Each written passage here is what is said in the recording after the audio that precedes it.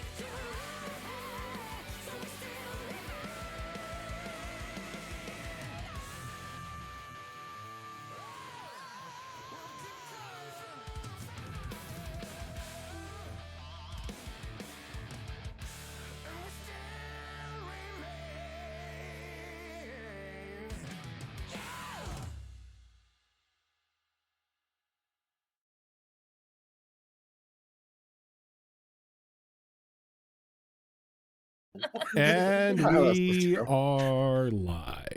I was really Who are outside. you I was like, people? it's going sideways. Rojan, why do you keep lying to us? I'm sorry, it's in my nature. He's a DM. It's what they do. Can confirm. Yeah. We specialize in misdirection. We're back, baby. We are indeed back. I guess this is a huge Guess who's back? welcome back to everybody. Back once again, kicking off campaign 3. Flat. Left flap flap. Oh, but yeah, so we're back. Everything is as it should be. We've got a full house tonight, and it's time to get back into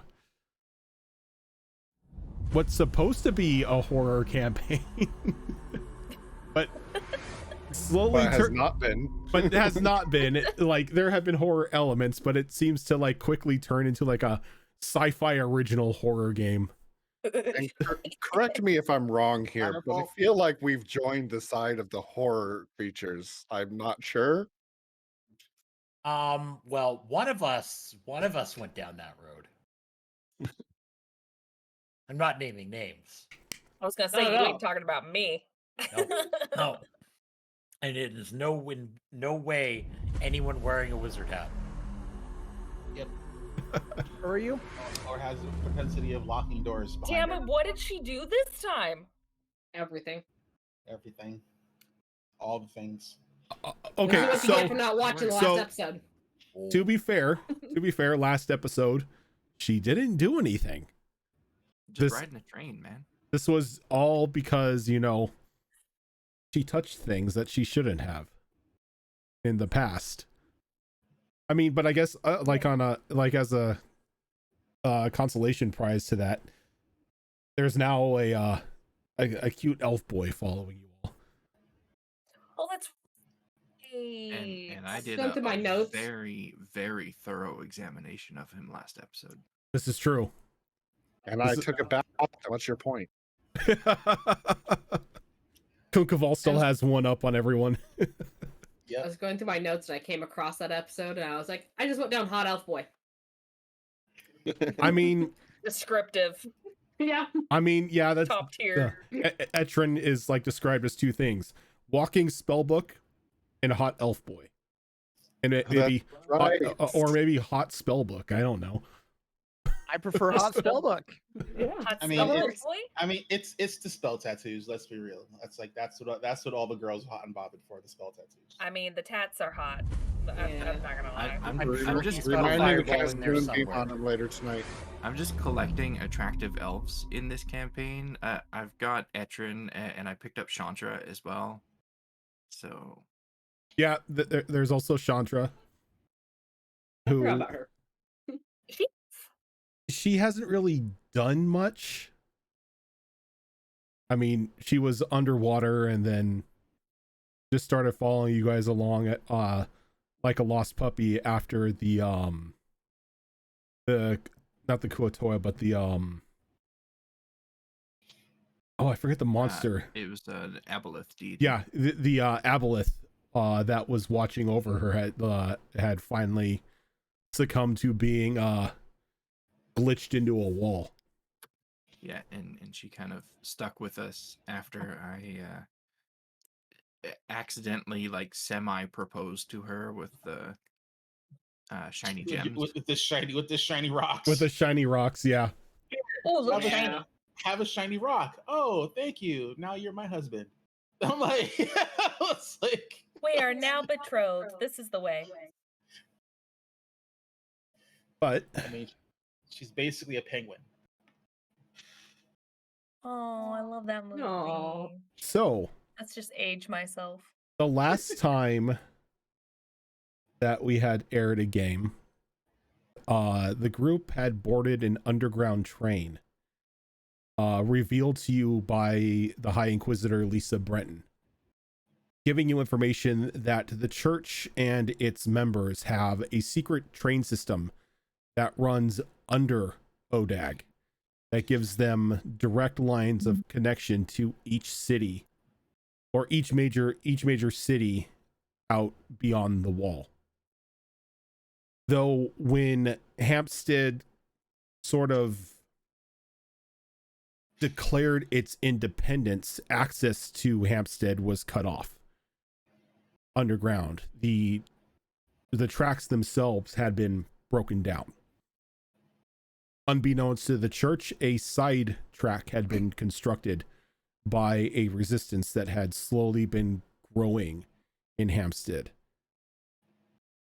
led by the rumored dead king and queen of Odag.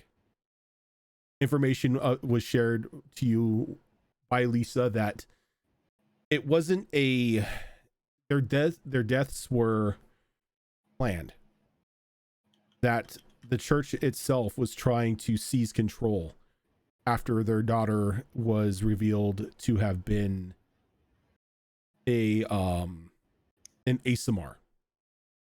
Seeing as this as a sign from their all-glorious god, they move to remove the king and queen by any means necessary.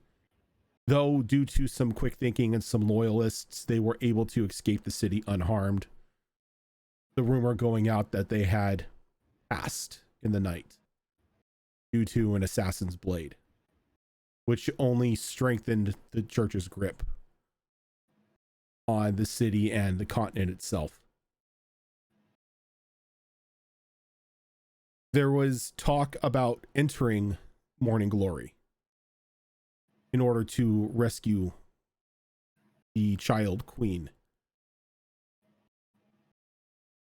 This is why you were brought into the fold, was to help with this.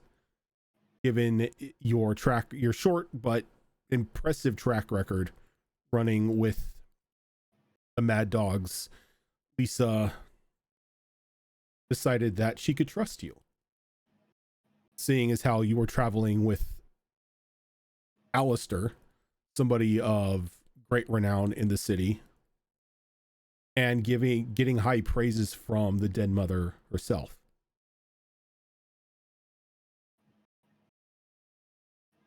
So you don't know what exactly lies in wait for you in Hampstead. To all of your knowledge, Hampstead has been sealed off for quite some time. Nobody has been seen going in or out. No word from even their support, their farming town is Steep Hollow. Nobody knows what's happened to the people inside, if they're even still alive, if it's been overcome with corruption.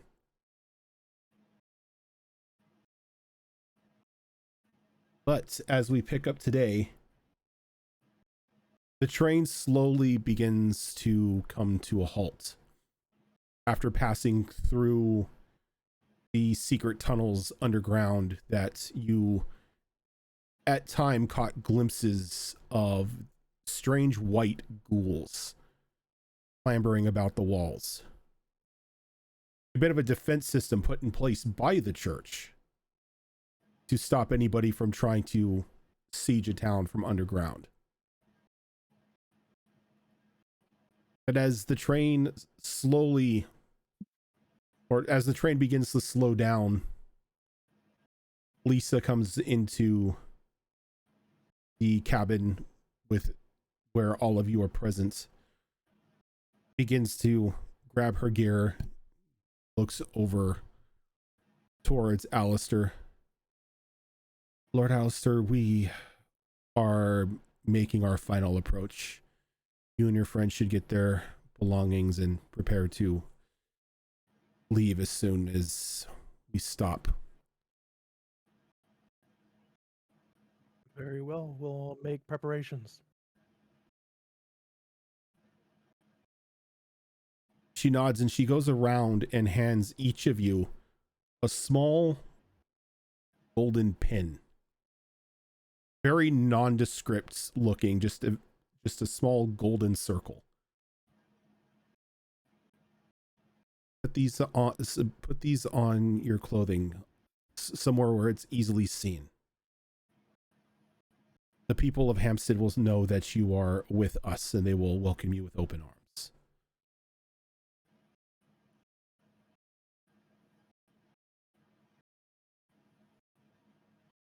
Now that we are pulling into town, know that everybody in Hampstead is a loyalist. Loyal to the crown, loyal to the king and queen. Hence why they have shut their gates. You need not worry about the fear of magic in this town. You need not worry about the church's influence in this town. This is quite possibly the one safe haven everyone has when it comes to the Inquisition. We will be splitting up for some time once the train arrives. I must meet with the king and queen and the inner circle in order to discuss what our next action is.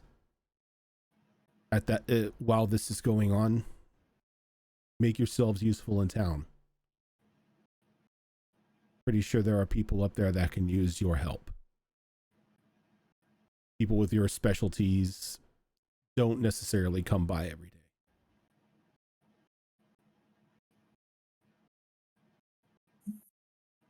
And she walks over to a small case and she opens it up, and she hands a small bag to each of you, inside containing 250 gold.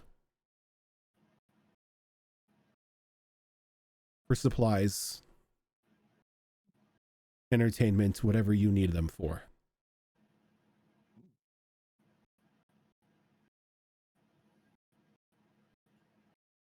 Is there somewhere in particular that we should be going for lodging? Well, there are a few inns in town. Anywhere is as good as the other. As I said, you are amongst friends here.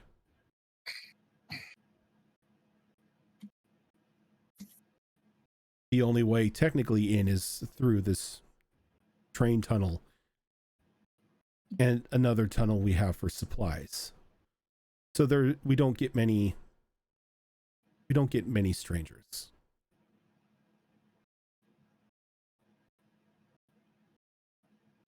Can't imagine why.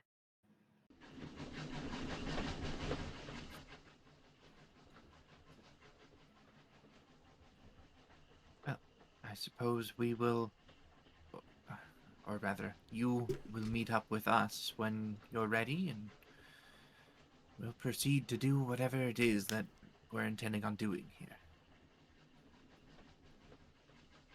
If there's any questions that you have, ask them now. We don't have much time, but There's I'll a lot of provide questions, but none that are pertinent to this situation. I was always curious why this is cut off from everything else, but if there's no answer, I really don't care. It's cut off because we cut it off. As a means And the church did not attack. As far as the church is concerned, we've doctored reports that the town itself is going through, how to put it, a plague-like scenario. They're quarantined. That's what the church believes. Those outside of the town or outside of the church, well, we've let rumors run rampant. Some believe that the town's been taken over by undead. Others believe that Hampstead has just separated itself from the kingdom. There's even one that everyone is now ruled by a werewolf king. We let the rumors run, and more insanity just splits out. Interesting. Clever. And I think I like it here. what sort of methods have you employed to make sure that none of the people in this town have decided to play double agent? Oh, it would be very hard for them to play double agent, as nobody can leave the town. The two Very hard, but not impossible. No, nothing is impossible. But we haven't seemed to run into any double agent situations at all.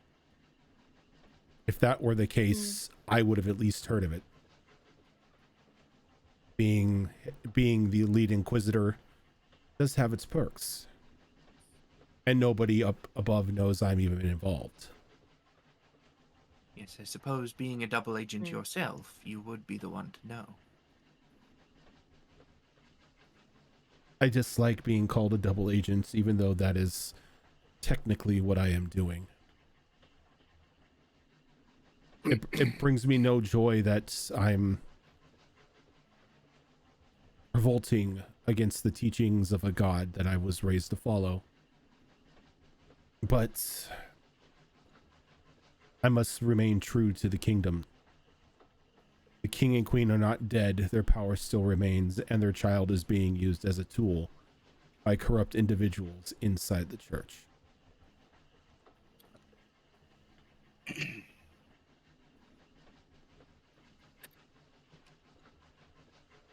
So, how long until we go and save this child princess of yours?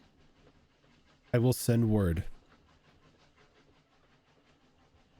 Once we have a plan, once we feel the need to bring you into the inner circle is at hand, all will be revealed.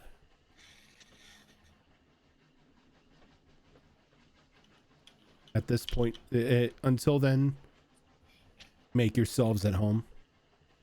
Treat this as a new home. We may be here for a while. We have to wait for a specific window of opportunity before we can even begin to act.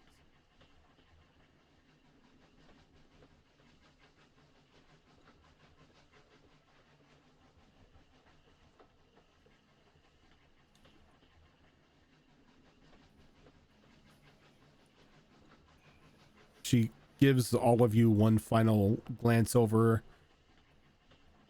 almost as if silently asking if there are any other questions.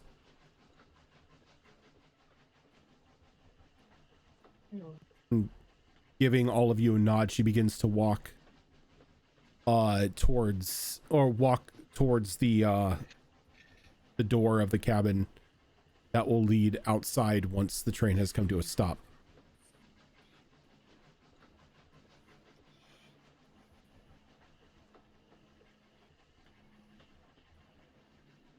So we're still on train, right? Yes. Okay. That is correct.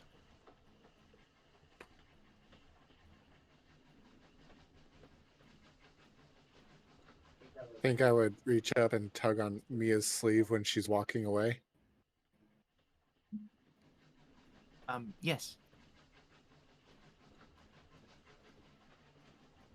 I lean in real close. I lean in as close as I can without like smushing my cheek up against his. And I get my mouth right next to her ear, and as quietly as I can muster, should we ask about where to get magic? I suppose that's probably a good idea. Won't get in trouble, right? Well, that remains to be seen, but it's worth asking anyway. Good. You volunteer.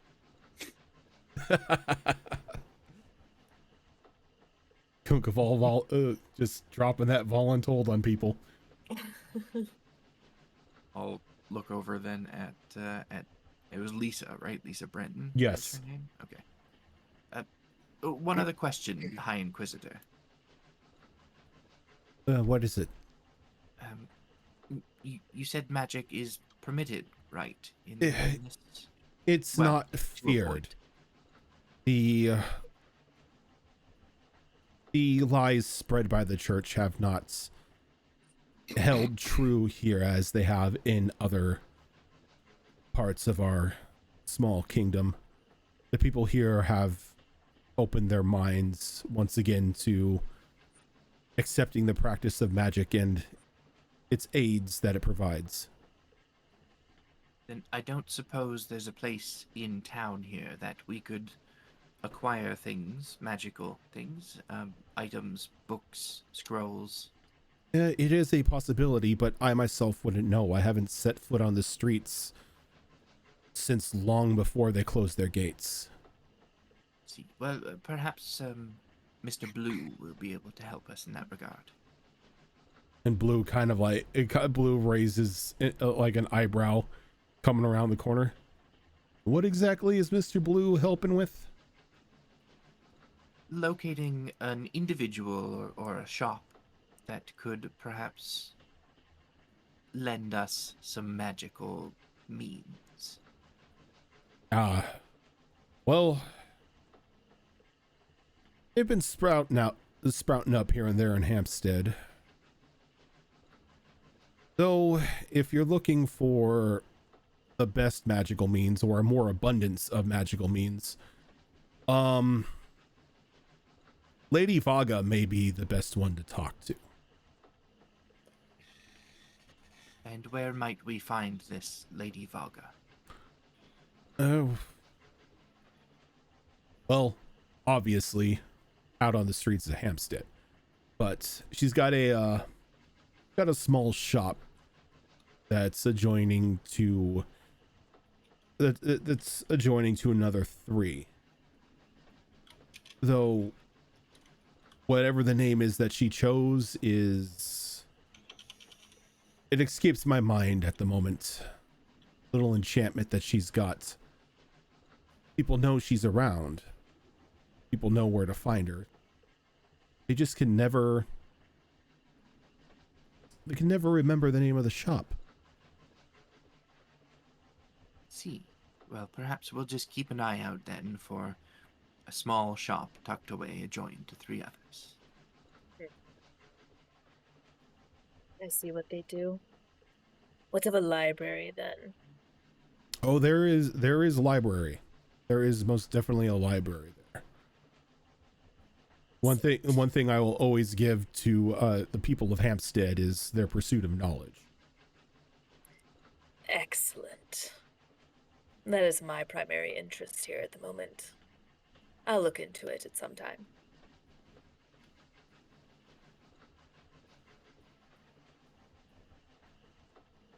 Yeah, I'll be making my way up top if you need an escort. You show you around all the local haunts and points of interest. That actually might be a good idea. Familiarize myself with this town. That's acceptable. It's a good town, good people. Sort of like Mad Town, just with walls and not everybody's carrying a weapon. So, not all weapons are metal and leather now, is it? This is true. But people here are more likely to engage you in conversation than draw a blade on you out of suspicion. Oh, good civilization that's competent. This is good. Yes, everyone here seems to have well above a second grade reading level. Educated types like yourself should fit right in. Good. I will look forward to this stay then, compared to most in the past.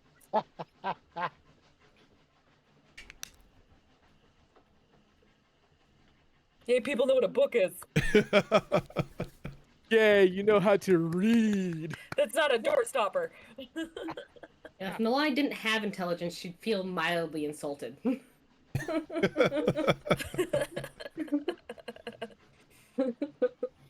Only mildly? Only mildly.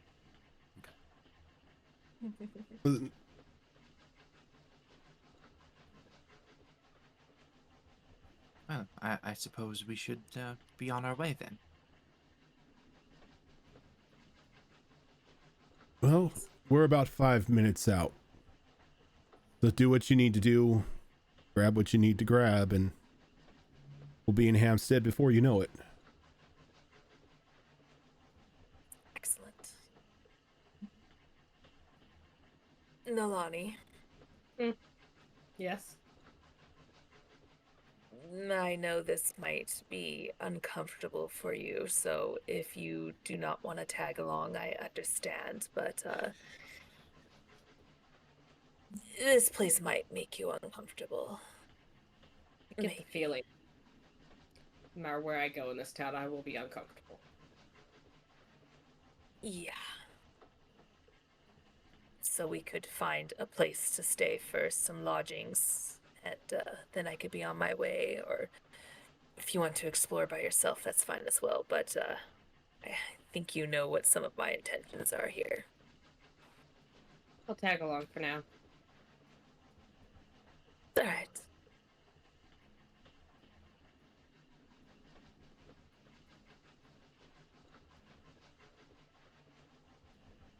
Okay. Now read a book for 5 minutes.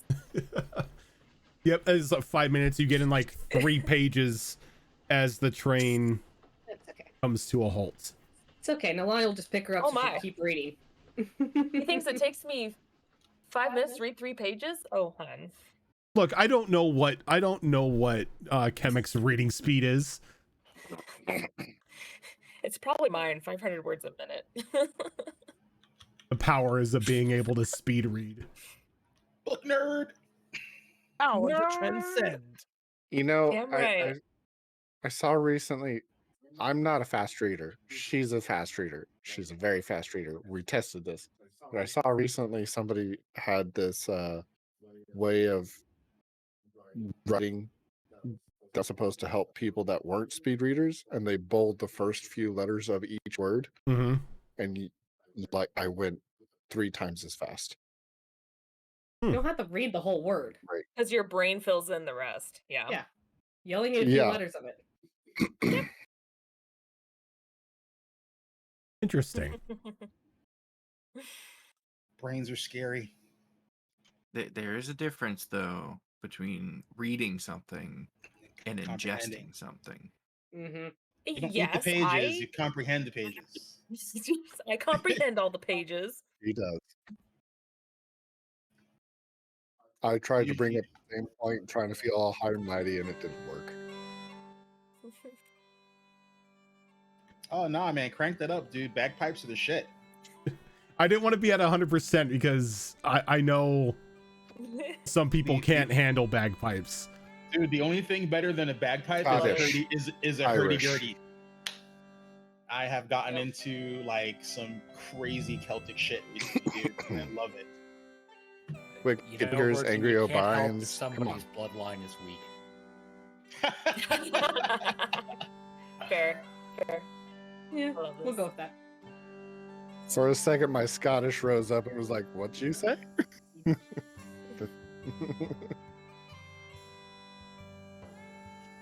Okay. I had to get a new village music since you guys are in a new town. So it should be here now. Yep, there it is. I'm gonna stop it so it doesn't echo. And I'm gonna play it again.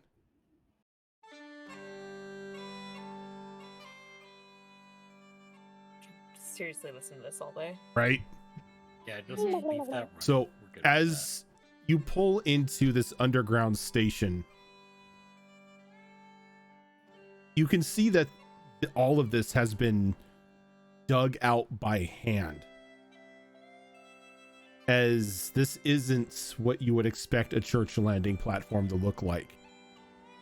The platform itself is just a haphazardly cut piece of stone. No intricacies into it, no tile work, no symbols. It's just there to serve a purpose for foot travel.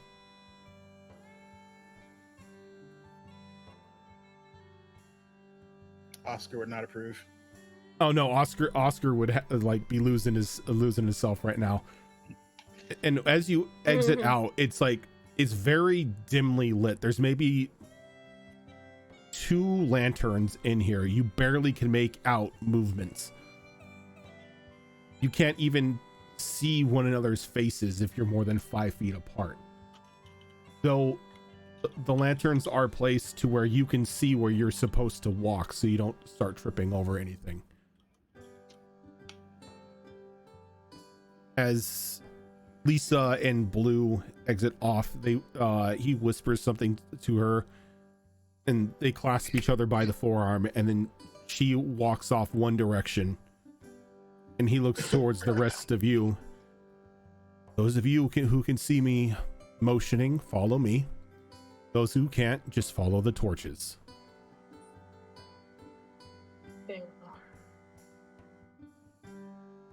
Flap, flap, flap, flap, Flap, flap, flap. And I will happily have Moonin on my shoulder Okay. as we move around.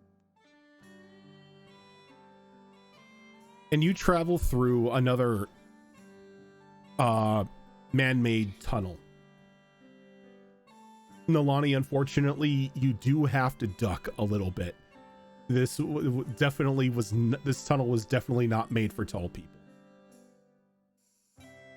But you only Yeah, walk on your own. Yeah, unless you're putting Kemek in like the baby harness, they're gonna have to walk on their own because there is no their We still head. have to get the baby harness made, okay? Their head would pretty like the way that you have to duck down. You would pretty much be dragging Kemek along the roof of the tunnel. Kemek is used to tunnels. Kemek lived in tunnels for like their whole life. This is fine. I can see them going like, this is fine. My size. Perfect. And you go through these twists and turns. You could see that there every now and then there are these false pathways that have been dug through the tunnel to throw off anyone who may try to invade. But with Blue at the lead, he keeps you on the right path until you come to a set of stairs. Again, hastily carved, nothing intricate. Possibly would make a member of the Stones Masons Guild upset. But they serve their purpose as you're led up into a cellar. Various crates and barrels, boxes, bags strewn about. Looks like maybe somebody's, given the look of some of the bags, they look to be maybe something people would use for brewing.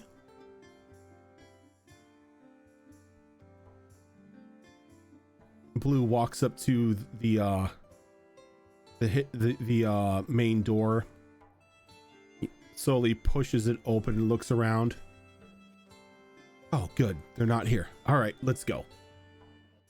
And he pushes the door wide open, and you exit out into a meadery.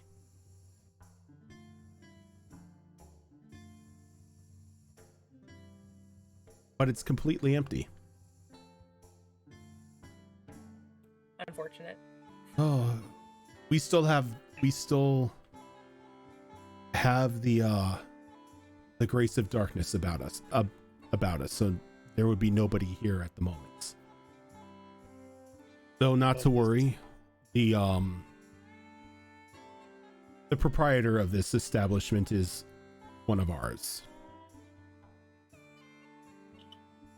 But welcome to Hampstead. Now that he kind of looks out, nighttime probably be the best time for you to get your lodgings, get some sleep, and we can pick up with the exploration tomorrow. That seems fair. if everything's going to be closed anyway. Oh, not everything is closed. It's just before you go out and explore and whatnot, you should settle down, drop the stuff off that you don't need to carry in your rooms.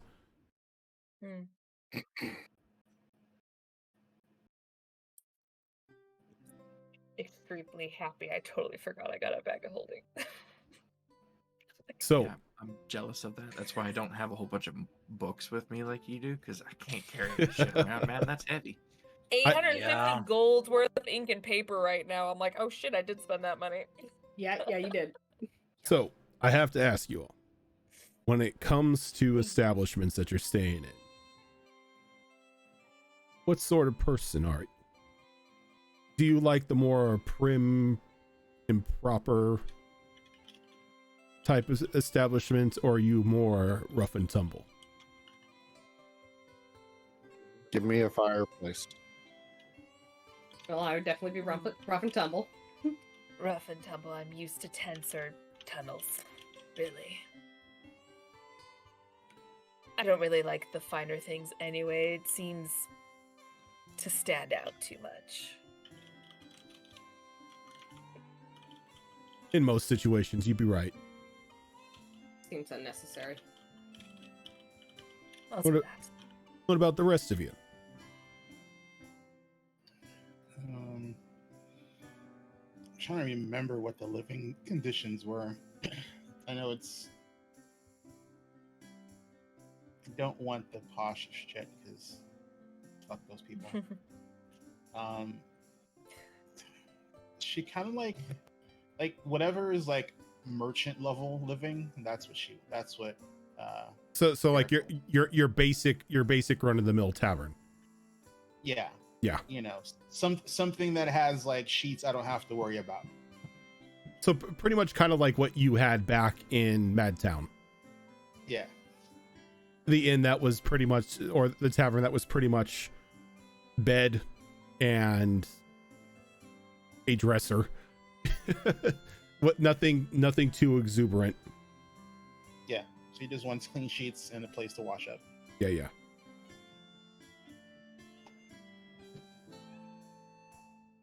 Well, it seems like the consensus is basic run of the mill inn. You have your bed's clean. All other amenities are there, but nobody's there to serve you breakfast in bed or pamper you. Yes, nondescript and forgettable. That's my preference. Well, that's what this town is, and well, for most part anyway now. But I know a place.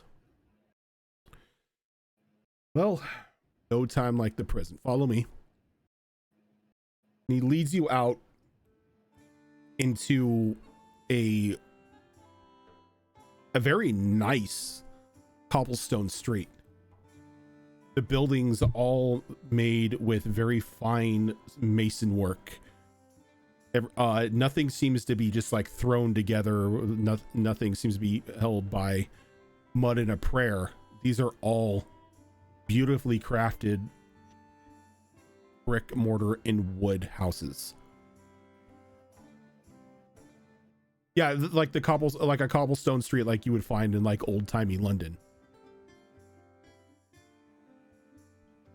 Okay, that's cool. The I wall got Sweeney Top vibes. the walls themselves go far beyond the top of the tallest building in the town itself, providing almost defense for any sort of attack that would be levied on the city. On the top of the battlements of these walls, you can see that there are still guards patrolling them. You're unable to make out their forms, but you can see their movements by the small hip lanterns that they carry. As you're looking around the street, a horse-led carriage passes you by. A pair of soft orange eyes sort of looking at you as from inside the carriage as it passes you.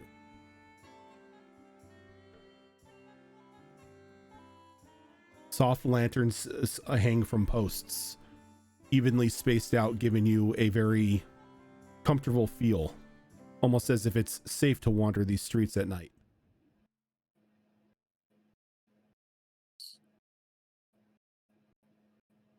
Blue gives you a moment to take the sights in before beginning to head off in a westward direction.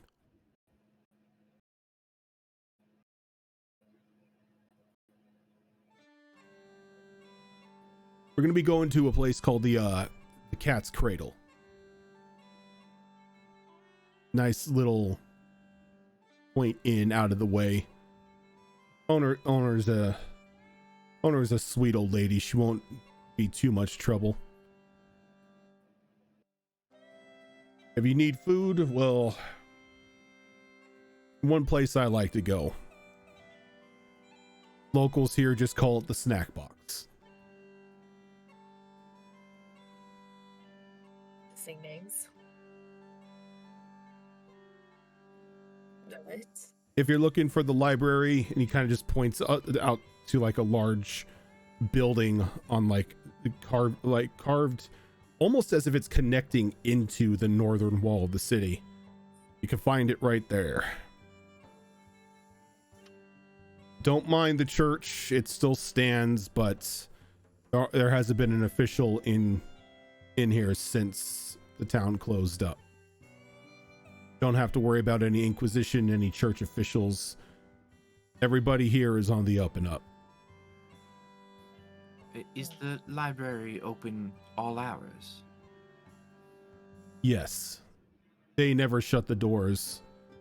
As Lisa said, this is a town whose people pursue knowledge any way they can get it. Excellent. This is very good to know. I'm a bit of a night owl, personally. I'm right there with you. I don't sleep much. Maybe an hour a night if I'm tired.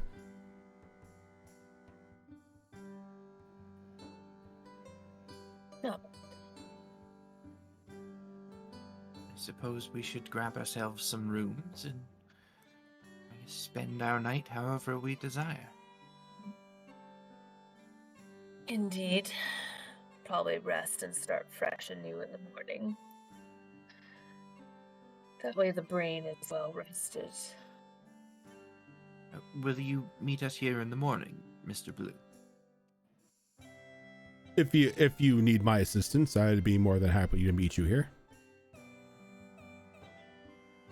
Perhaps you can help us find this, Lady Vaga. I don't see if that'd be a problem. There's any other places that your friends are looking for, think of me as your friendly tour guide around the city. They're not going to need me down below until they come up with a plan anyway.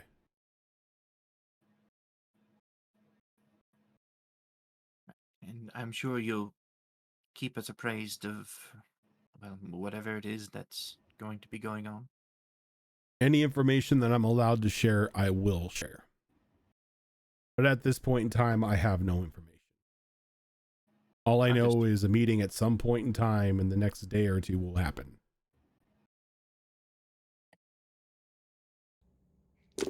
Until then, I suppose we just mingle, and as the High Inquisitor said, make ourselves useful around town. That would be greatly appreciated. Graham Crackers, thank you for that raid. Everyone, welcome on in. I am going to proceed towards the Cat's Cradle. Okay.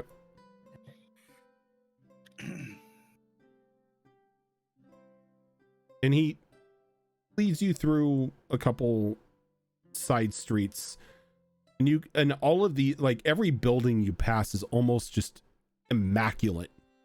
Like, whoever took time to construct these buildings. It's almost as if they were like an architectural genius.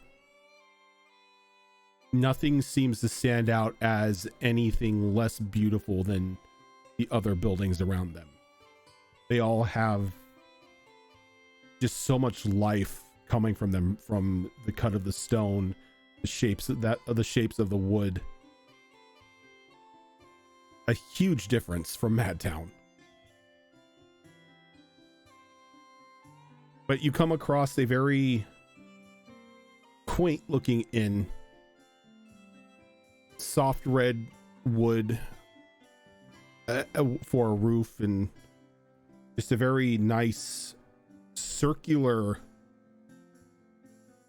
hearth constructed out of this soft red stone in a larger back end of the house. It's, almost giving you almost a grandmother's cottage feel. Very, very homely looking. Even as you approach, the soft hint of cinnamon is in the air.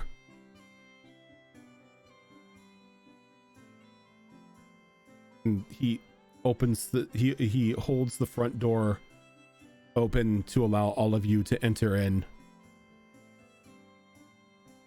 The proprietor will see you to your rooms. I myself am going to acquire some beverage for the night. I need a drink. I'll meet you here in the morning.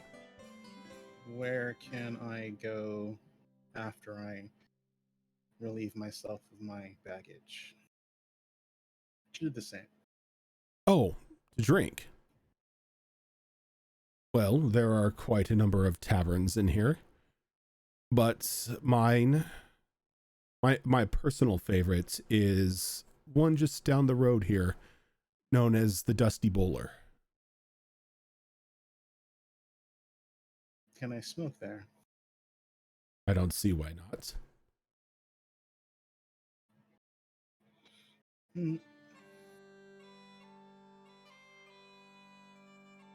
Oh, and I'll probably see you there shortly. He kind of nods as he begins to walk off, leading all of you to your own devices. And as you enter into the front door of these of this establishment, the scent of cinnamon seems to just be growing ever stronger. And then you smell dough. A little bit of sugar as well, and it clicks in your mind. Somebody's making cookies. Oh, my brain went cinnamon rolls. Cookies? No, we've already had bad experiences with cookies in this game. Come on, people. Hey, you Alani. had bad experiences. I had perfectly fine experiences. I felt great. Welcome to D&D's Cinnabon. Man, I would kill for some Cinnabon right now. I know, Jesus Christ. I could have 2 bites and then that's enough sugar. My blood sugar is going up just thinking about it.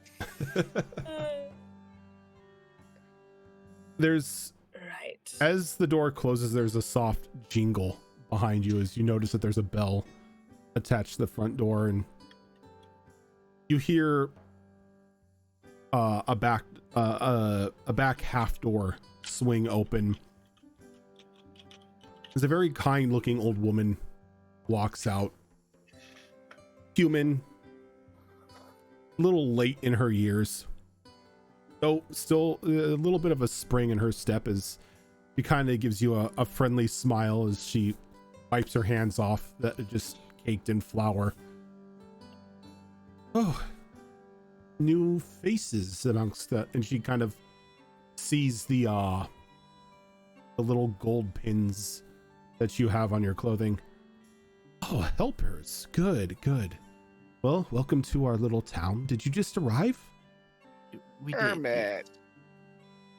Hermit. missed I suppose that the pins are sort of like a permit, aren't they? I guess. Normally, those who wear them are here to help, and if you're here to help, then you are friends. We are.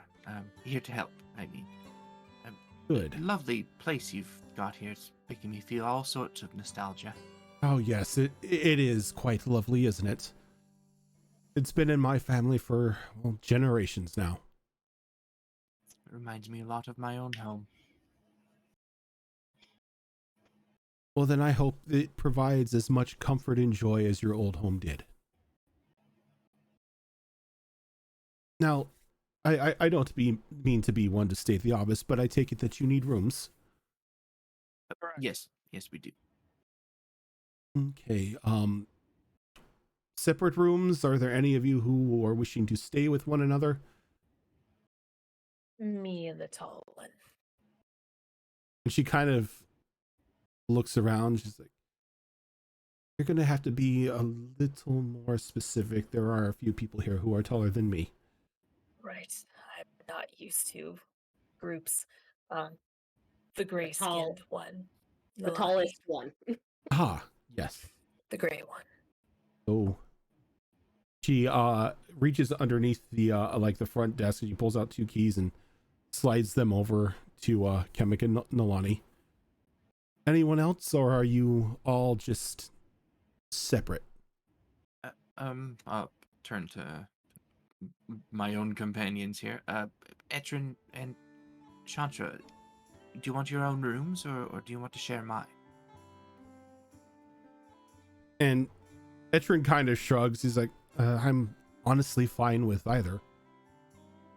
Chantra kind of just like walks a little bit closer to you. She's like, I go where you go. I suppose the 3 of us will share a room as well.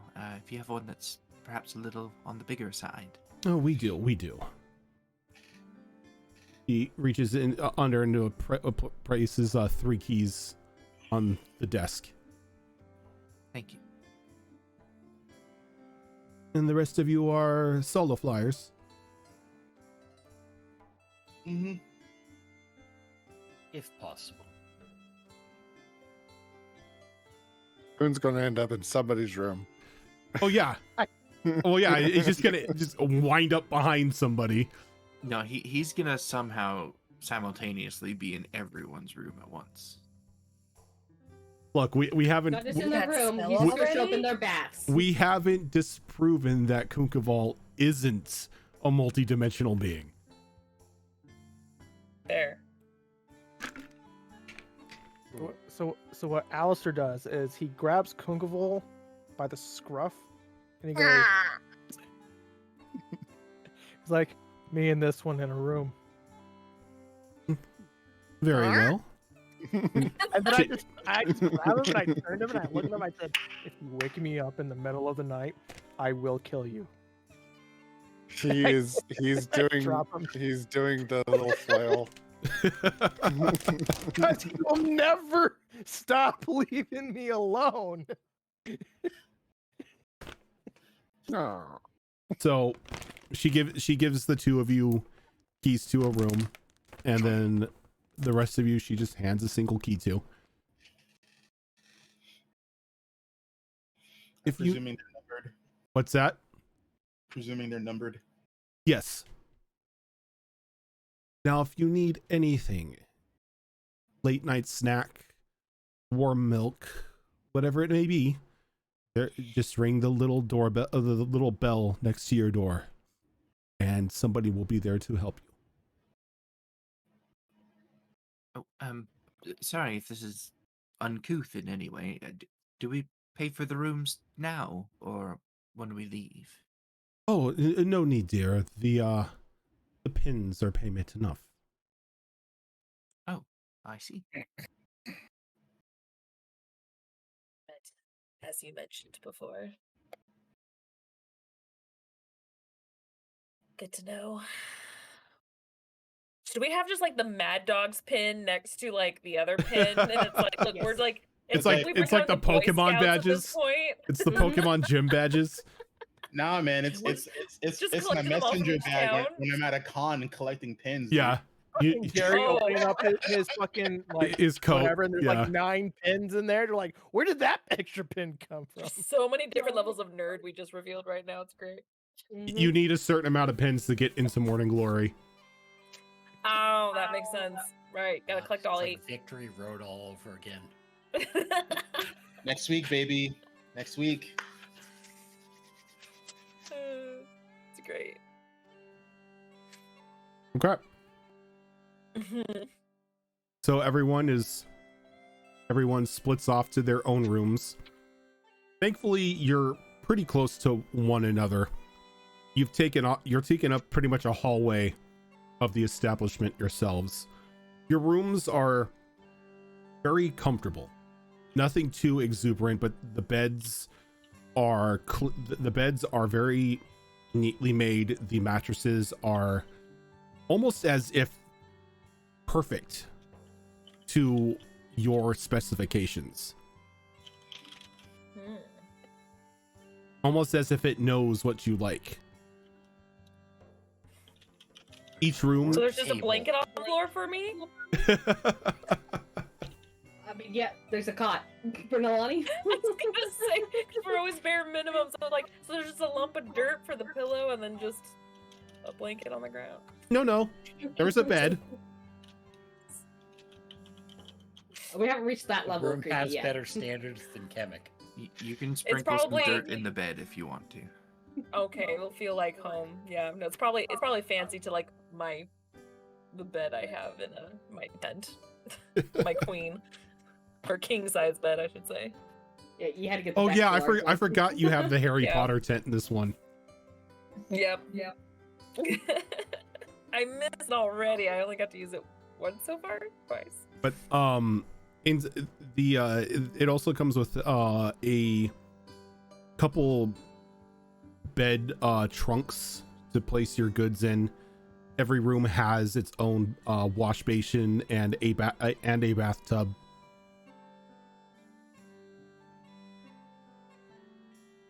The larger room that I got for the 3 of us doesn't happen to have a fireplace in it, does it?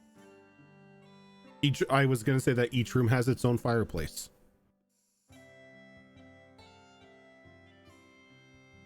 Time is it right now, would you say? It's getting around to be about like 9 or 10 o'clock at night. Oh. Those who want to go out and drink are still out and about, but those who call it early or just like the inside life after the sun goes down are well into enjoying their personal time. As long as I have a workbench, I'm happy. I do have a question about that though. Sorry to backtrack a little bit, but while we were on the train, did we have any time to work on like our projects? No, not Okay. during the train ride. Sure, I asked. Oh, sorry. The train We was weren't here. the train was far too cramped for anybody to practice anything. All I need is room for my tent, and I got all the space in the world. I mean, I could have poked somebody with a needle. I mean, this is true. Huh. Or you could have studied up on magical writing by studying Etrin like Mia did. There you go. Just put my third hand on him and cast Moonbeam. Is he here with us? Yep. Yes, he is with Mia. Got it. Like he's with Mia, or he's with Mia? I mean, they do share a room. I mean, not with the kid in the room. Hey, she's not a kid. She's not a Has kid. stopped parents in a We've studio established apartment that. in poverty before. That's true. Ugh. Welcome to the 1700s in London, boys and girls. It doesn't really make it better, seeing as how like you got London streets and like this looks like an old timey London town. Yep. Just saying, multiple Oh. families sharing one studio apartment. Parents gotta have love too, you know. Just saying. People still had babies. Somehow they wind up pregnant with another. But I digress. Nope. Everybody is slowly getting situated into their rooms. Now, because this is our first time back, Oh dear God. and it just like we need to kick this off in No. our normal fashion. No, I hear you shuffling. I hear you shuffling. Shuffling. I Jesus. hear the shuffle. It's a very distinct sound around Rojan. Yeah. You can't. He also has the grin that he gets every time. I mean, was gonna wait I to don't do know the what you're talking about. library. I was gonna wait to do the library before I did like a little bit of maybe I shouldn't do this, but I'm gonna. But I mean, Oh yeah, you have a deck, don't you? no, I don't have. I think do any of us have a deck right now? No, Not no, not yet. yet. I think so. Give it time. No, I just have some objects in my possession that it's one of those. What Oh. happens if I combine them? Yeah, Yeah, I you can't do. wait for that. You make Captain Planet. I can't either. You make Captain It's okay. Planet. I can just make them tight too, shoving it in my bag of hold. No, it's occupado. Yeah, you do not want to pop out what's in your bag of hold. Yeah, it's a giant ass That will crystal be- right now. That'd be very destructive because it doesn't come out gently either. It gets yeeted. No, Out that's of a the bag. giant ass crystal in my bag right now. Yeah. I got a bag of Yeah. holding. It still go in the bag of holding. It fits. I just need a Assuming it pocket can- dimension. That's all I need. Assuming it's not the type of item that can't go into a bag holding. I mean, it doesn't need air, so We learned in it's been Into in the my bag of holding Wildlands this whole time. there are certain things that don't fit into the bag holding. They just won't go in. It's been in my bag of holding right now this whole time. So Yeah, as Yeah, separate pieces. If it could go, if it's small enough to get past the mouth of the bag and it won't go in the bag. Look, that's- the orb in Into the Wildlands would have fit in the bag, but it wouldn't go in. Yeah, I know. Okay. that's why you're like, So, we're like the juju on that thing is too much for the bag.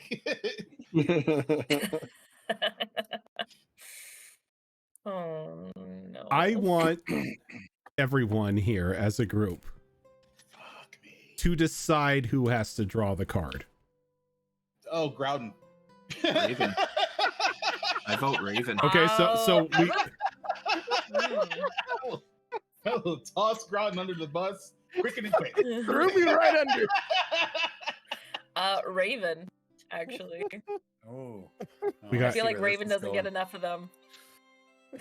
That's my Rojan. choice on certain characters. Oh, me? You want me to draw? No. No, because then he'll apply it to the next thing we have to fight. What's I that? say The fuck you, monsters get a Azrael. wish spell?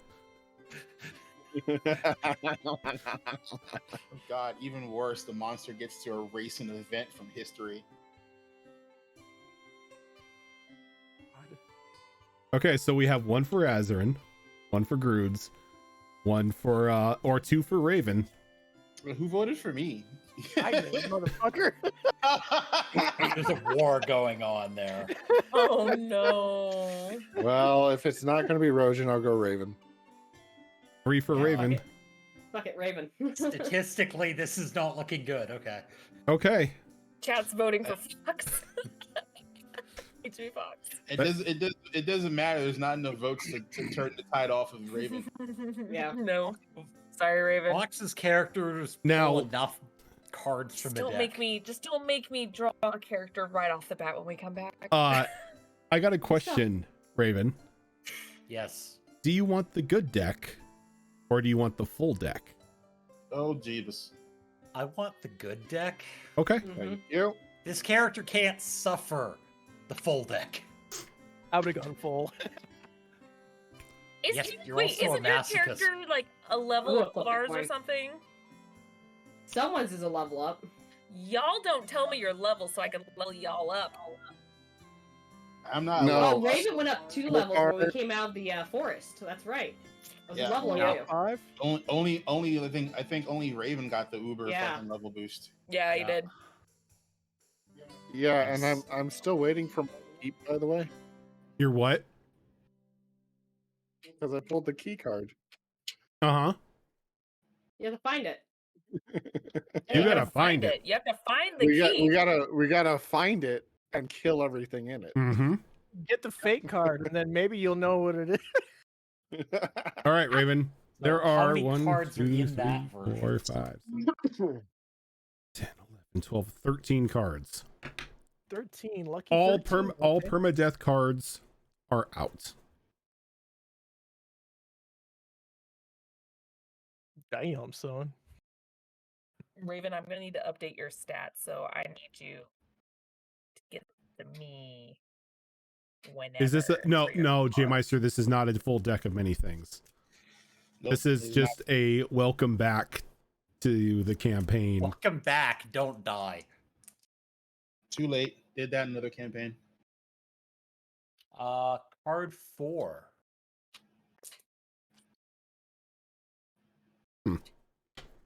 And what may you be?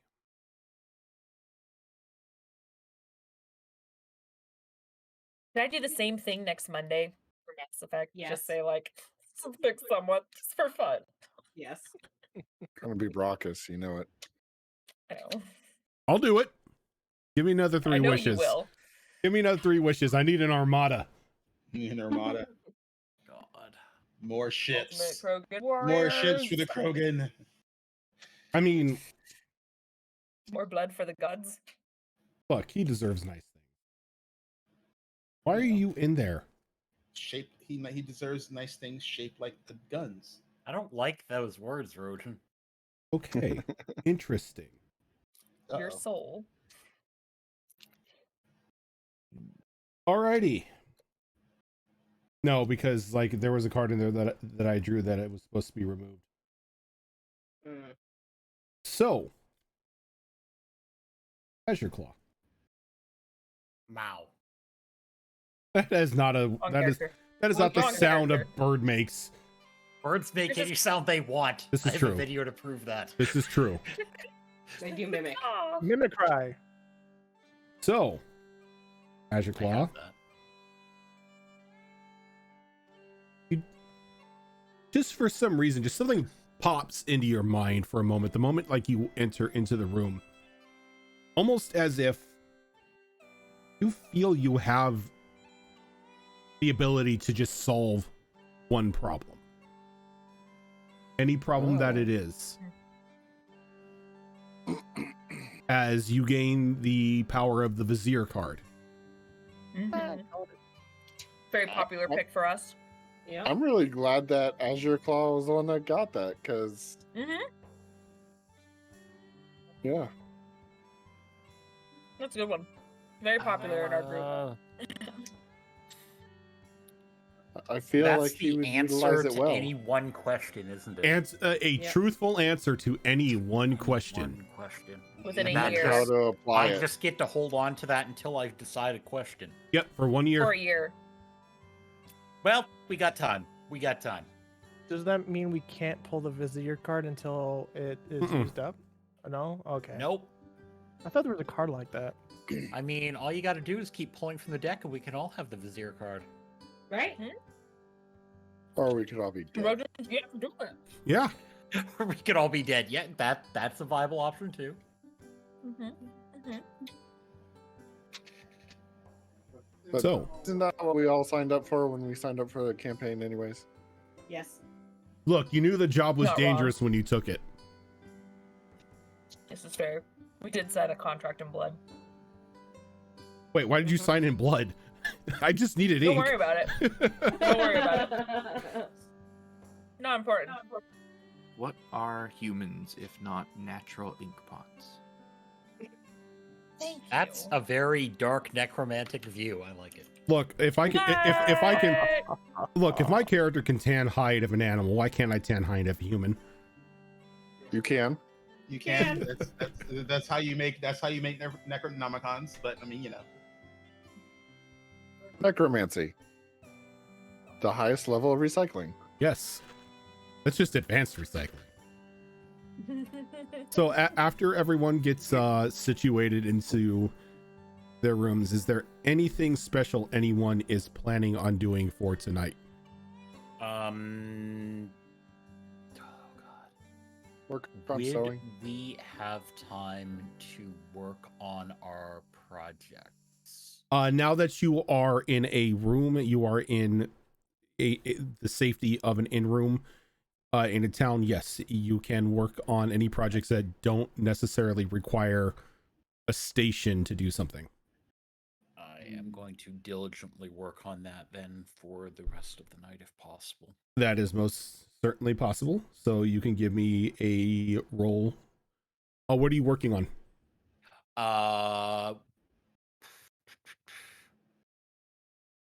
Upgrading my jewel crafting skill. Okay. So go ahead and give me that And D6 I have roll. basically all those 1 gold piece little stones that I've just been hammering away on. Yep. What do you want for a dice? D6. D6. 6. 6. Nice. That's another 3 ticks off that clock. Glorious. Sewing plushies. I forgot. Why are we like the mobile crafting guild? What's Right. going on here? Like I forgot that Kunkaval's trying to like make Build-A-Bear a thing. And then he's gonna imbue them with souls. Sewing plushies. Okay, go ahead and give me a sewing plushie roll. 4. Or okay, that's another 2 ticks off the skill clock. I would like to read from my language book since I am learning a language. Okay, you most definitely can. I don't remember if I had anything. Is it just like a D6? Yeah, it's a D6 if you're going to spend the time tonight to work on the skill. 5. Huh? 5. 5? Okay, it's another 3. Yay! I'm gonna spend the night doing 2 things. Much like my wizard companion, I'm gonna be spending time reading a language book. Okay. And I'm also gonna be spending some time just folding paper. I've done this a few times already, using my animated scroll thing to send messages to people with little origami things. Mm-hmm. But specifically, I'm practicing making dragons out of paper. Okay. So my roll for the language, unfortunately, was only a 2. Okay, that's only going to be 1 tick. So what about Alistair, Nalani, and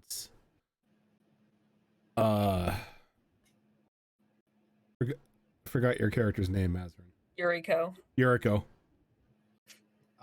She's gonna wash up, to basically take a bath, and then she's going to put her stuff away, grab her hookah, and head to the Dusty Bowler. Okay.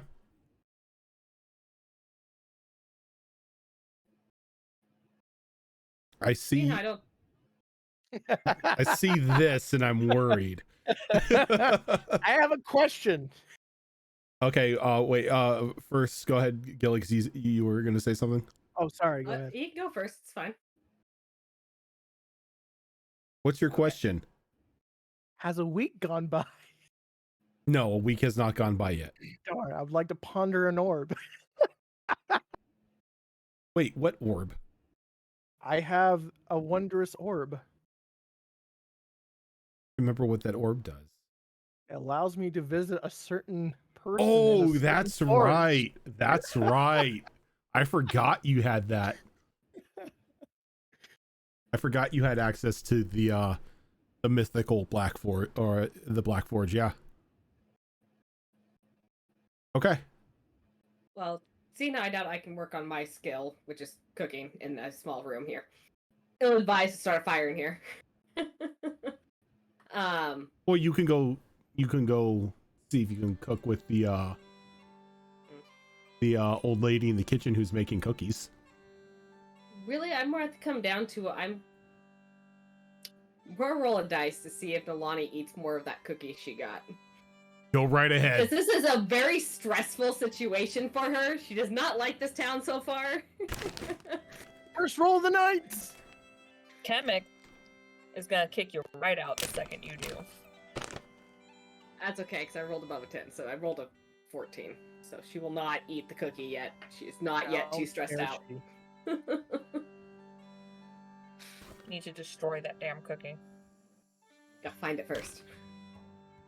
Not hard. So Nalani will You don't probably have end up to doing get- some small version of a workout, try and de-stress before she goes to sleep. Okay.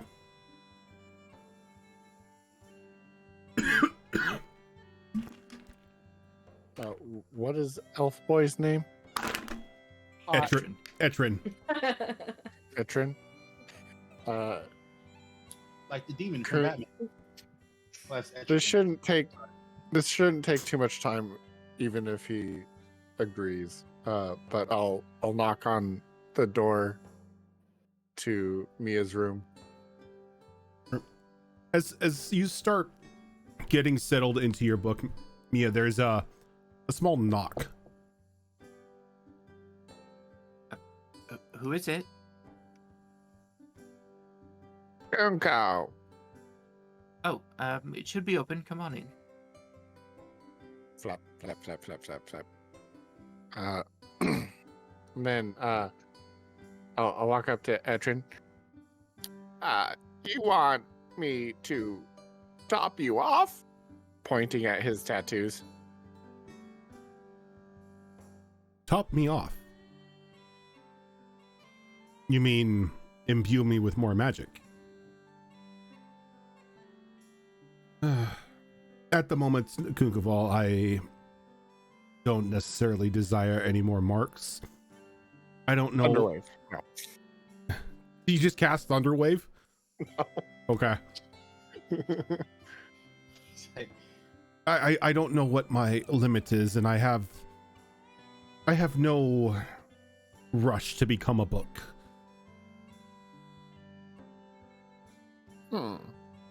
Disappointing. Oh, flap away. I'll look at Mia. I'll pat her on the head. Have Then- a good night, Kunkaval.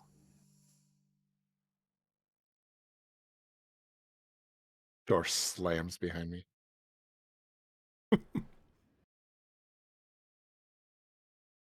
Upset that he can't Hear put. the door. Oh.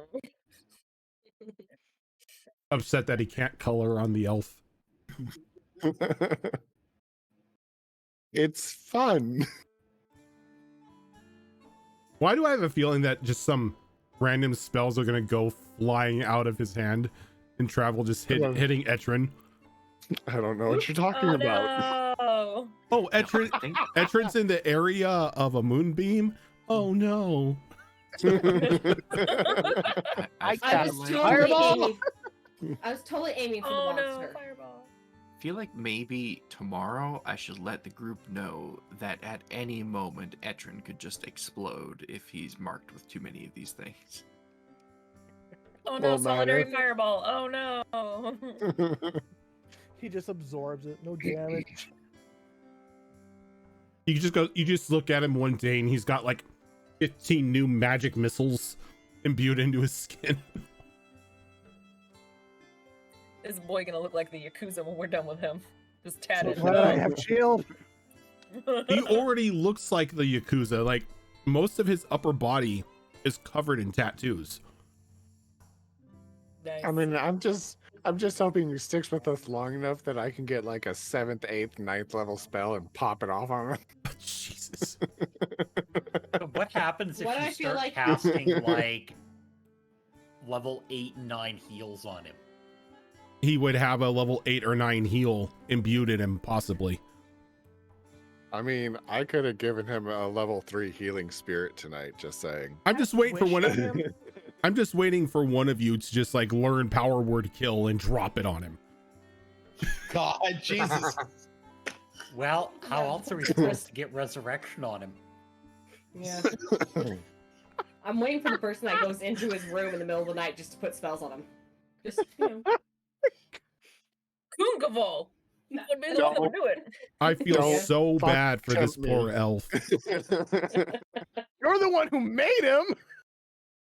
Look, you didn't say I Look, couldn't do it. You Look, were sleeping. I made him. Yes, I designed his curse. I didn't expect you guys to treat this poor boy like a walking paint by number.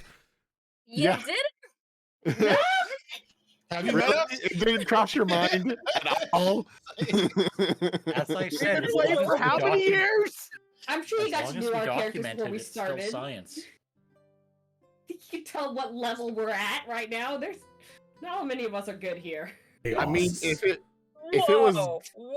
was guaranteed, like even if it was a super high percent, like say about 75% or above, I'd hit him with a 3rd level inflict wounds just so he could have it. I mean, I have access to a level 5 spell. I can't use it yet, but I've got access to it. I'm just saying. Actually, he can't use it. It's the laws of my magic. He actually can't use it. Anyway. Funny enough, any magic that's imbued into him, he can use.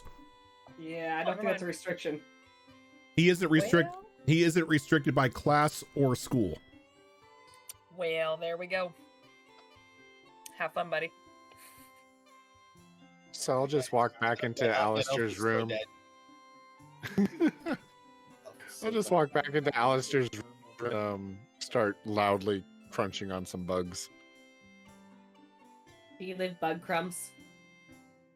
You know, Maybe.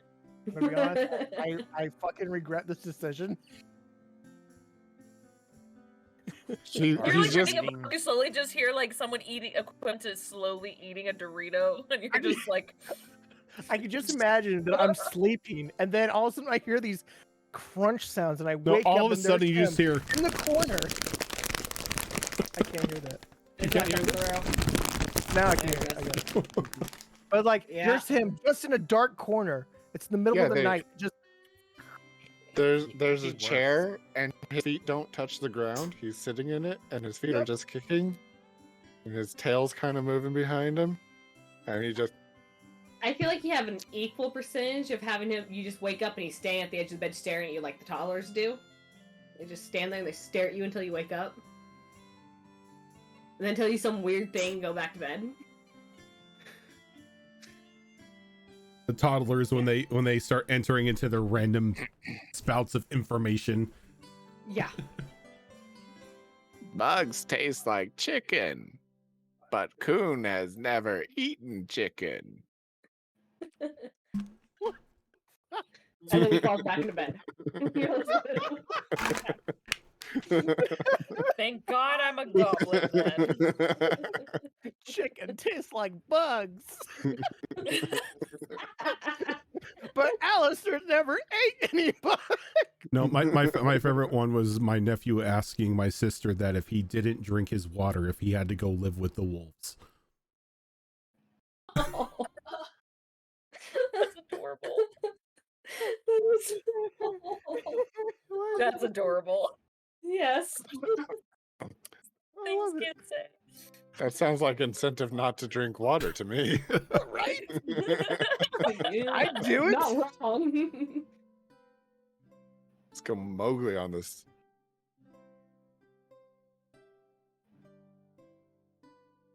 So yeah, I'm actually behaving tonight. okay. Tonight. Though there is one of you who is headed out. Yuriko.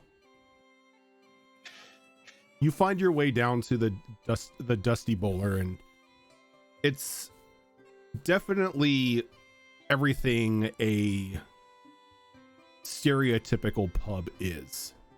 You walk in and there's like a very thick like cloud of smoke kind of hanging near the ceiling. Just the smell of alcohol is everywhere. Tables are crowded with patrons. The very large casks of alcohol line the wall behind the bar. And Alice, you could see Blue sitting in one of the corner, sitting at one of the corner tables by himself.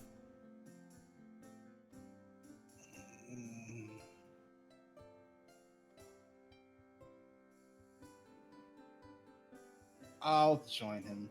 Okay.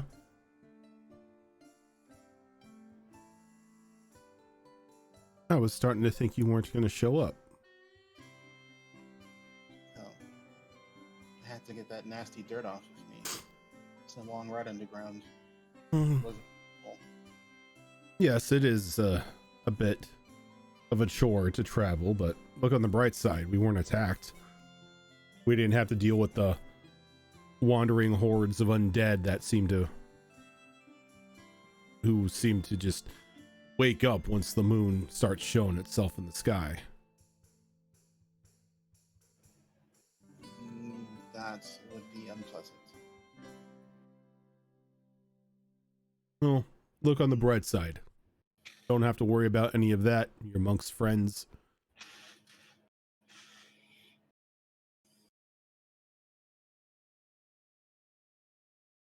Is there any reason why you wanted to join me out here tonight? I just wanted a drink. Well, this is a place to most definitely get a drink. He kind of just raises his hand and signals to the bartender.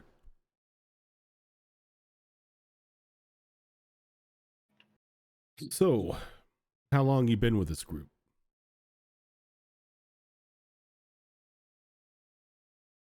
A few weeks. Has it been a week?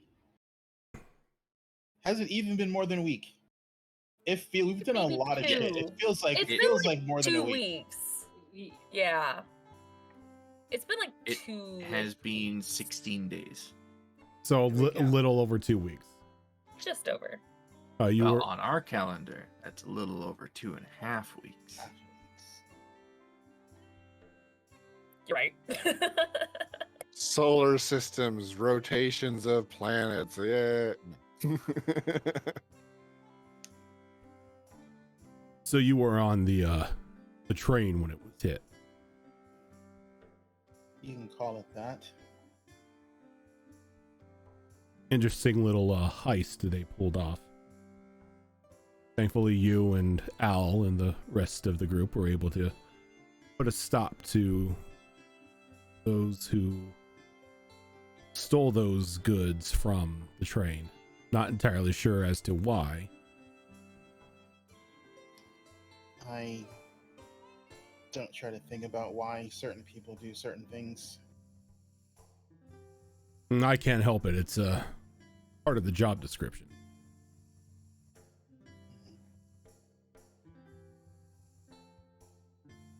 I've only ever been a hired merc. I used to do the mercenary line.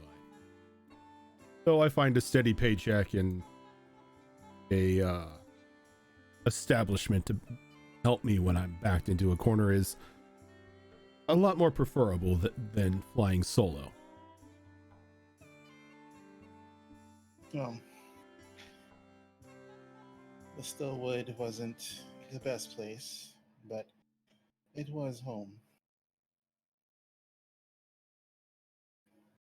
So you seem to be flying someone's colors at the moment, though. Not mistaken. You and the Winter Mother, right? She made me an offer. She does that to people. Hopefully it was a fair trade. Are any trades with whatever is considered a god fair? Depends on the god. Depends on the trade. Play your cards right, you can get an even 50-50 split out of it. You just got to be the type to read the fine print, ask questions, make demands. Don't just say yes and sign your name on the dotted line. No. But everything Everything I've heard about her, she's on the up and up. You'd definitely go worse with patrons or deities around here. Well, I am not fond of most of the higher level beings that have dominion of this realm. The only one that seems to have dominion on this realm is whatever they're referring to as Lathander.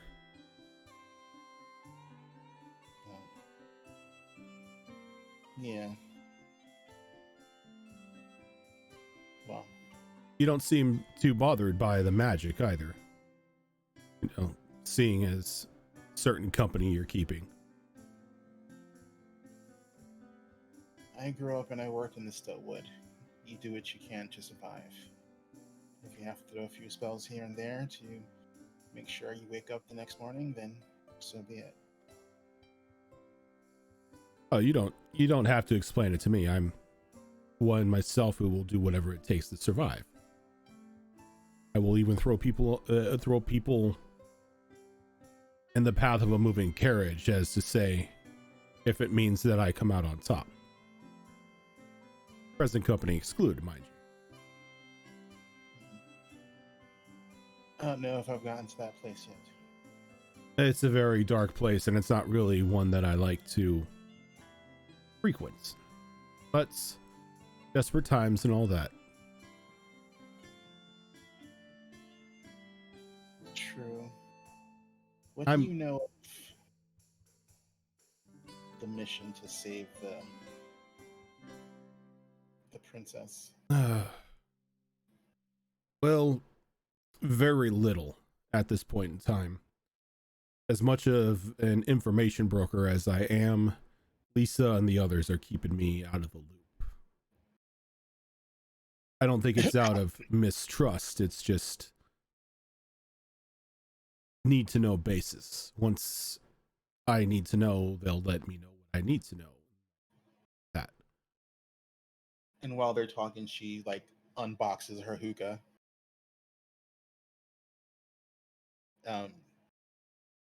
So you don't think we're walking into a suicide mission? Well, that depends on what the plan is and who all is going to be joining us. I mean, if the plan is just to charge the wall guns blazing, it is most definitely a suicide plan. So I don't think Lisa is one to throw caution to the wind. So whatever the plan, I can guarantee you it's going to be hard. Infiltrating a city like Morning Glory, not to mention getting onto the royal grounds, locating the child queen and getting her out safely without singeing our own eyebrows off, is going to be quite a task.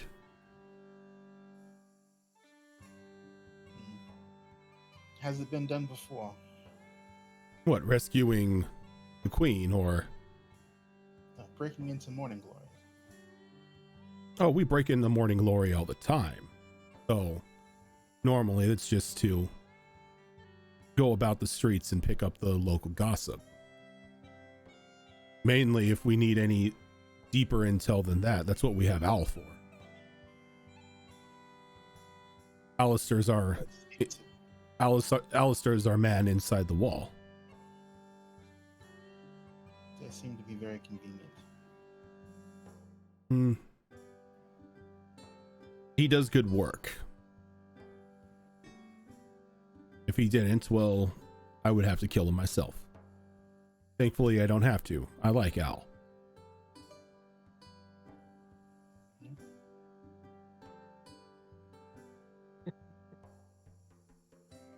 I don't know how I feel about him completely. Oh, He has given me a reason to believe he's a hindrance. So that's a good thing, at least. that's partially our fault. We've sort of made his reputation out to be this all-star witch hunter. Earns him praise and trust on the inside, gives him a bit of notoriety on the outside.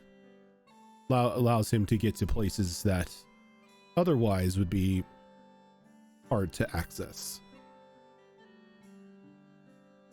But a good story can get you many, many places. So I've heard.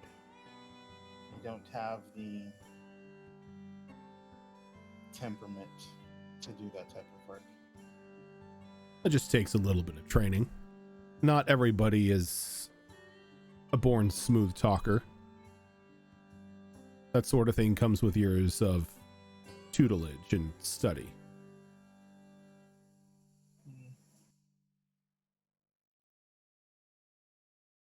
And she just basically takes a drag and she goes, downside of being a human. Nothing wrong with being human. Oh, I know. Just there are things you want to do, and most times there's not enough time to do them. Ah, see, now you're thinking like a human. There's always ways to circumvent the ever-growing concern of age and slowing down.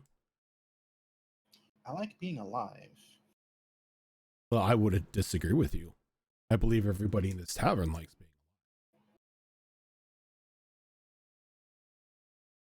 I'm just saying there are means out there to prolong one's life without necessarily going full lich.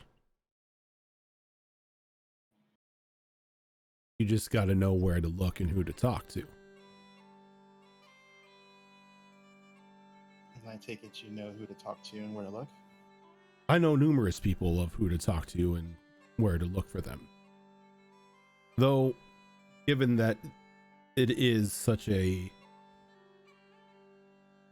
popular commodity for those who are searching for it, it does come with a price. All my information comes with a price.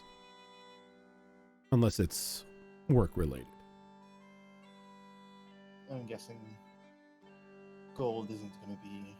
Oh, I like gold. Don't get me wrong. I may be an information broker. I may be a tiefling. But I like the jingle of a very fat coin purse as the next person. Would this only cost me gold? And the better question is would this ruin any standing I have with the Snow Mother? Well, that's between you and her.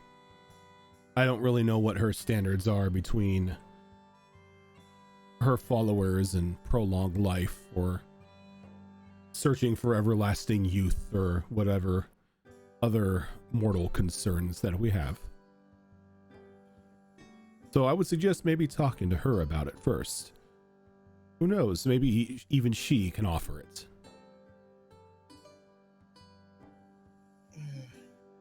She's probably going to make me do something with the Goliath. Do you detest Nalani? Strong dislike. She's what? Strong dislike.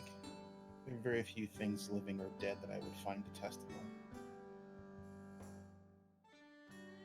She seems fine to me. Let's just say we've rubbed each other the wrong way. That can happen. But why would she make you work with Nalani? She has some sort of interest with her.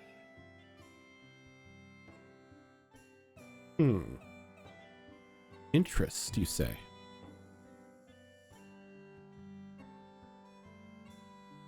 Well, would it not be in your best interest then to work with her? Even if it's just taking that strong dislike and turning it into a mild understanding. I have a very hard time feigning sincerity. Then don't feign it. Sincerity can get you a long way with people. Rule number one about trying to gain someone's trust is to open up to them. Make them feel that you see him as an equal. That you don't need a secret, that you don't distrust them. Smile is going to get you a lot closer to someone than a blade. I haven't had a reason to smile in a very long time, Blue. Now that's just sad. Everyone should smile. Well, everyone should. Well, most people should. But circumstances are circumstances. And it is how we handle those circumstances that shape us.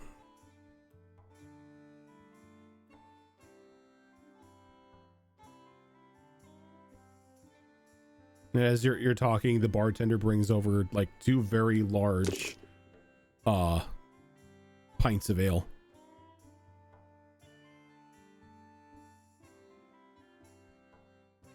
Now, you're going to have to not necessarily open up to people here, but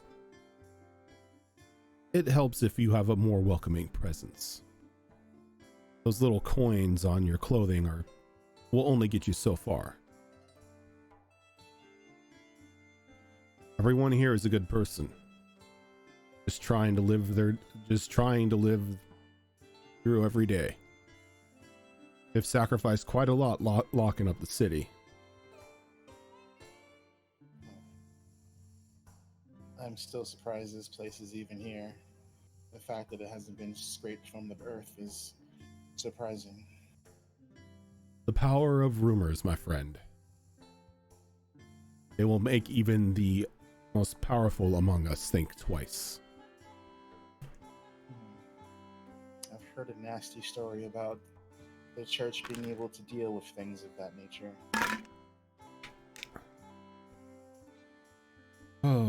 As have I. I've even witnessed it once or twice. Not a pretty thing. So you can understand why I'm surprised this town is still here. As I said, pretty powerful rumors. The church, while managed by some corrupt individuals, aren't going to go off and eradicate a town without 100% information. If all they get is maybes and whispers, they're going to try to dig a little deeper.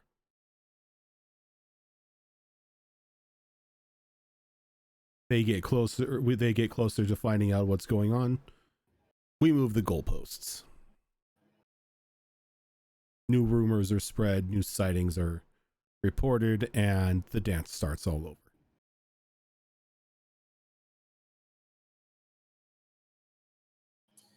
Seems odd they can be so easily distracted. You would be surprised what you can get away with when dealing with something with such a large ego.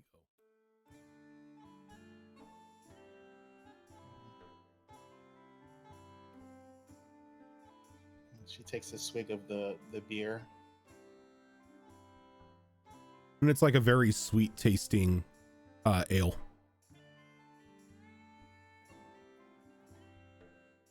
She took a good swig of it. She goes, "How long have you been brokering information?" Oh, off and on a good 30 years.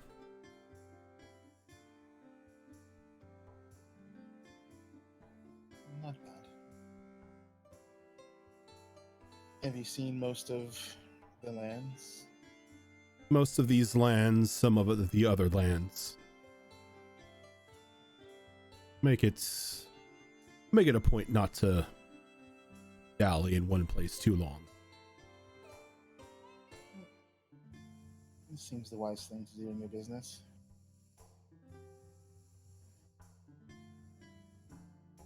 You don't happen to know if there are any, at least decent artificers in Hampstead? In Hampstead? Oh. I think there's one. Maybe one. Been a while since I've talk to them, but put my feelers out, see if they're still around. Is there anything you're looking for? I have an idea in my head, and I think it'd be easily accomplished without magic. Well, Well, without magic and the church's interference. just- yeah.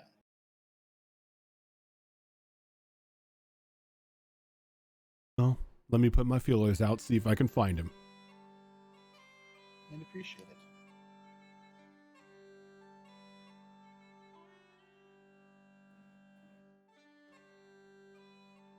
He kind of relaxes back into the chair and just starts sipping on his ale. Are there any minstrels like playing right now?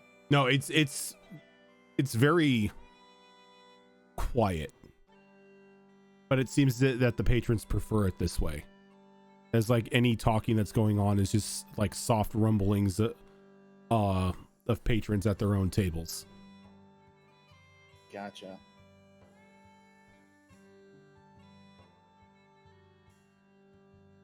Well, she'll just keep drinking and smoking. Okay. Then she'll probably stay out till like maybe midnight and then head back to the hotel.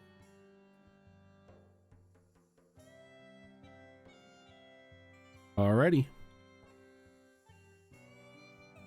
So, as everyone retires into bed, because it's been so long, was I having anybody roll something while they were asleep? Don't remember if that was... you're muted, Zoro. Yeah, you did for a time when HB Fox was under the effects of the werewolf That's curse, right. but not anymore. That's right. That's done. But not anymore. Yeah. Werewolf Mia think is no that's it. longer a thing. Yeah. I think I only did a couple times, or at least once when I was under the effect of that transformation that we ended. So Mm-hmm. Okay. And Yeah. we broke Fox. You and I broke our tie, right? Yeah, that's been broken. That was as well. only temporary. Mhm. I think Yeah. all of our Yeah. afflictions. So far, we're Are- okay. Afflictions and curses are okay at the Yeah. moment. For now. we brought him down to an acceptable level. Yeah, a Mhm. manageable level. I will, of course, For now. do my forewarn ritual before bed, though, with Of course. Etrin and Chantra within range, so they don't wake me up in the middle of the night. But just in case, they say the town is safe, but just in case. Okay. So what's your ritual again? So I The door? no, that's a separate thing. That one's Blood magic. Um, That's blood magic. Oh, Forewarn That's is the right. one where I yes. place a sigil on myself, and if anyone comes within a 15-foot radius of me, then that automatically triggers that sigil, and it wakes me up. So even if I'm in like a super deep sleep, that will just wake me up immediately. Okay. So since I don't need anybody to roll anything, because nobody's currently under a curse or an affliction or a disease or anything like that, let's go ahead and take a break here so we can get up, stretch our legs, freshen up our drinks and all that fun stuff. And we will be back in 5 minutes or so.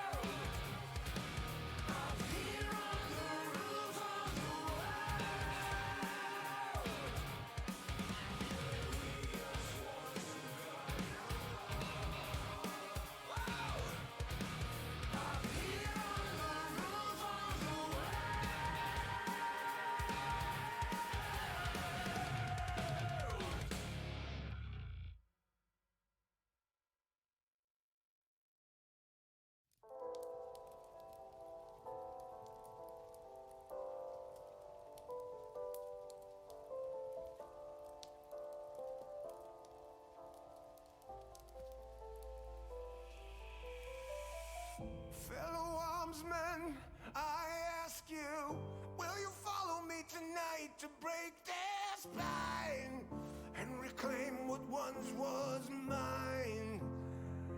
Those cravens backstabbed me, deceived me. Never shall I tolerate their crimes again. Now let the hunt begin. Oh, 7,000 souls scared and daunted, such a tale of woe. Not too long ago, this village was a golden scene of hope. Call down the reckoning to bring back hope and peace. Restore our Gloria to live forever. Bring down the dark regime. I know how to unleash eternal power. Lead us to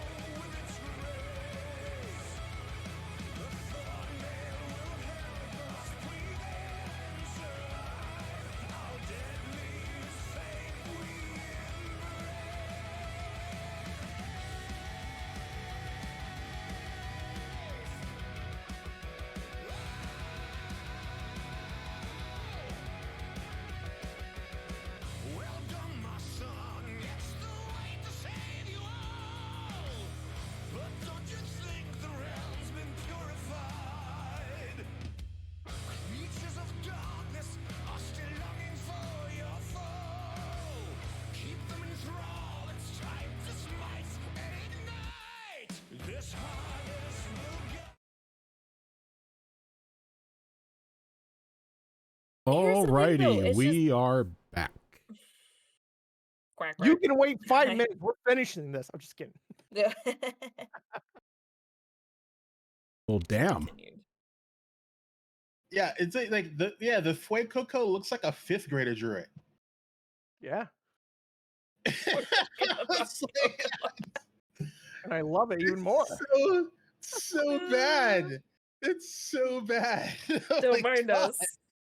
Don't mind us. Look, there's only two options you're allowed to make. Either Weed Cat or Foy Quoco. That's it. Nobody wants the duck. I mean, I do I if like it's duck cool. I'm a though, water but trainer. We'll see. We'll I, see. won't- I I reserve actually got judgment. spoiled on the final evolutions. I like the ducks, but I'm still going with Foy Cocos. Nope, I'm taking Weed Cat because it's a cat. I mean, the Wee Cat final form looks fucking tits. Again, the Fuego Croc looks. I love it. I love it though. Because that I duck haven't is seen an what they look like. abomination, Tiger. I haven't seen what they look like. Oh my God, it's like they just gave like a 3-year-old a drop of acid and said go to town. And you know what? And you know what? And you know what? It looks spectacular. But I'll have to look it up. so as the night passes Yes. and everyone wakes up Mm-hmm. the next day, the sounds of a lively town creeping in through your tavern, or not your tavern, but your in-room windows. Azure Claw, you're woken up to a bit of a startling sight as you see Kunkaval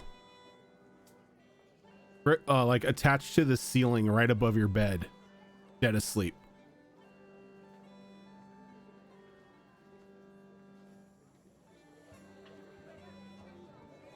Hold on, I got a broom for this.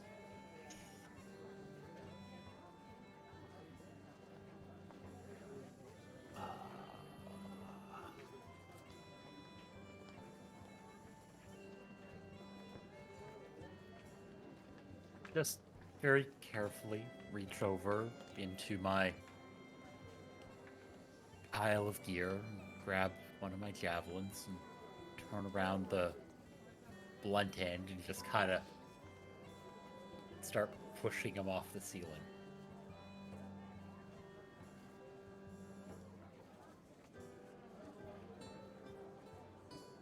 Kunkaval, you feel something like jabbing you in the side, waking you up. So I react very normally and release all my grip and go, ah! As you come crashing down onto the bed. Look at him. Why?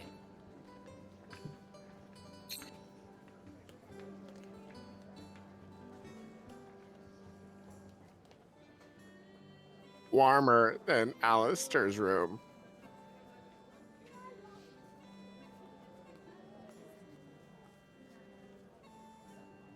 How does he make room colder?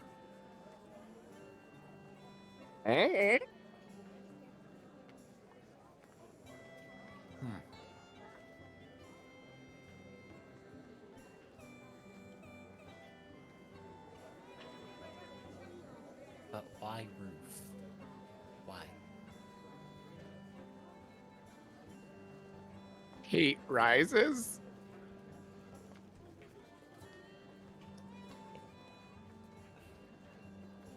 Not wrong. Why not?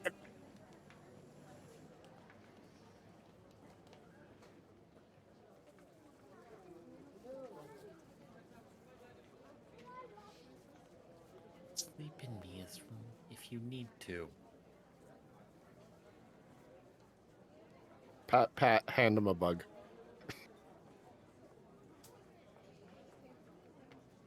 I shrug. Shrug and eat it. I love that we have this relationship.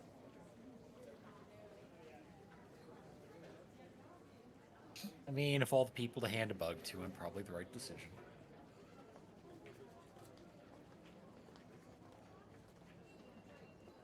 You hand me the bug, just go over to the door, open it, and just kind of gesture for you to leave. Flap, flap, flap. Like scoot him out like a cat.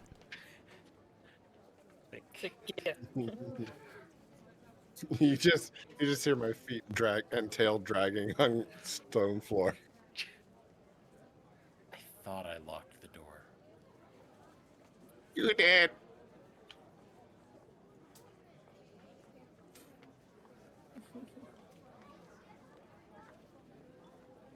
Mia will actually get a knock on her door. How early in the morning?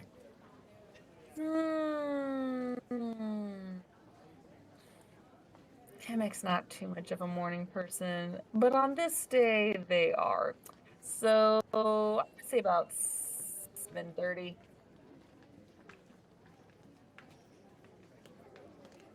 Yeah, Mia would probably be awake, just barely though. Okay. So you probably hear a groggy. Who is it? It's Kamek. All right, just give me a second. There'd be All right. some shuffling, maybe a bang and a few curse words, and then eventually the door would open up. Very Are you disheveled ready? Mia. Ready for what? The library, of course. What now? Yes, we have an entire library to look through. Well, yes, but can't we get some coffee or something first? It's called food on the go. I took I'm gonna go bagel and head out. I took some liberty of making coffee this morning, as Etrin is already wide awake and sitting at the table in the room. Why are you awake too? I wake up at 4:30 in the morning every day. Why would you do that to yourself? Early start. Just sleep in later and stay up later. That's what I do. You are not elf. Oh, right. Right. Elves, they do the whole... Just give me a moment, Kamek, to at least get dressed properly. You have 2 minutes. Let's go. All right. Kamek will wait outside the door. Mia, now knowing how what Nalani has to go through every day. Poor Nalani. I will... You don't think Nani's an early riser? She gets up. Enlist Chantra's help to bind and hide my wings and everything, so I can do it within the allotted 2 minutes. I get my books and my jacket and everything. If you're actually going to try to meet the 2-minute time limit, give me a performance roll. Oh my god. Performance roll. Okay. I Do mean, you my have charisma's not charisma? terrible. Yeah, I got one okay. charisma. Modifier, not score. Modifier. Right? Right? This isn't Eric's. No, that's still terrible. That's a 9. Kamek, from the other side of the door, you're hearing like a bunch of like bangs and shuffling and things hitting the floor as Mia, you are rushing to get your clothes on and situated, but not really being much of a morning person, and then being given a time limit when you're still groggy. It's not great. It takes about probably a good 6 minutes to get situated, and even then you kind of look like a mess. Yeah, there's no like combing of the hair or anything like that. It's just we'll use the hat to hide it for now. That's drooping, all messed up. Yeah. If you wear a hat, it's fine. I don't know Alright. why you bothered to do all of that when you probably have nothing to hide here, maybe. Well, still, though, I mean, there could be somebody working for the other side. We don't know. It's better to be safe.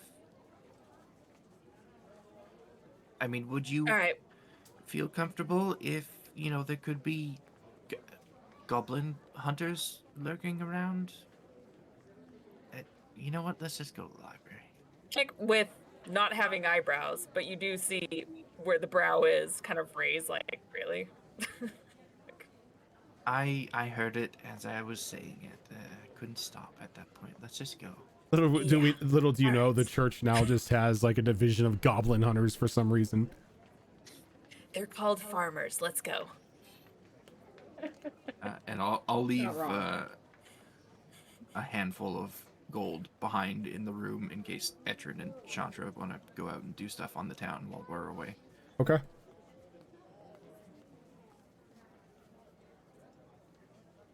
Anybody else Nilani, are you still coming? Yeah, I was gonna ask if Nolani was coming or if anybody else was heading out this early. Yeah, Milani's still heading out with them.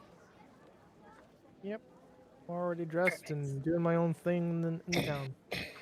All right, so we've got 3 people going to the library. Where is Al going? He's doing reconnaissance around the town. Just Getting familiarized, familiarize, just get the lay of the land sort of thing. pretty much. Alrighty. What about Yuriko, Azure Claw, and Kunkaval? I will be looking for a shop for spell components, and I will be looking to go on a bug hunt after that. Okay. Azure Claw, what about you? Good damn question.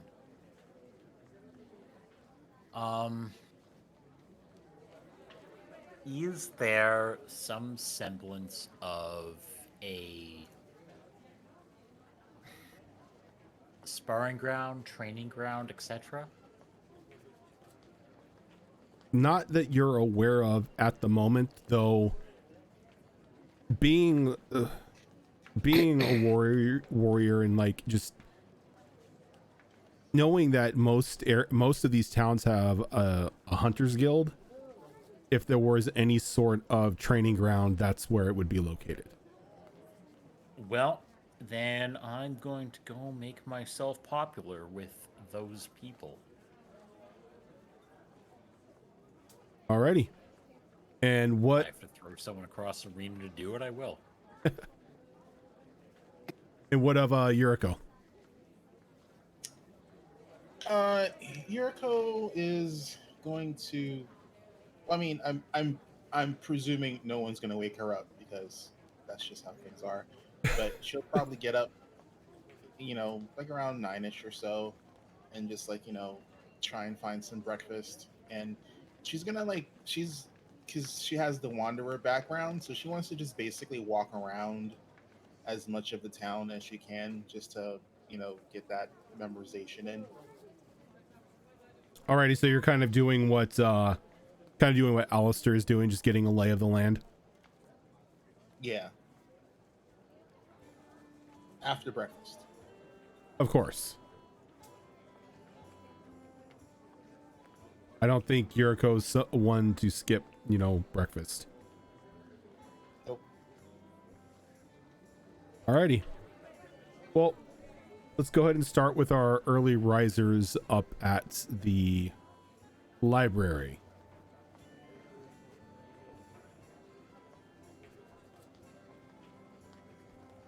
Much excite. Huh?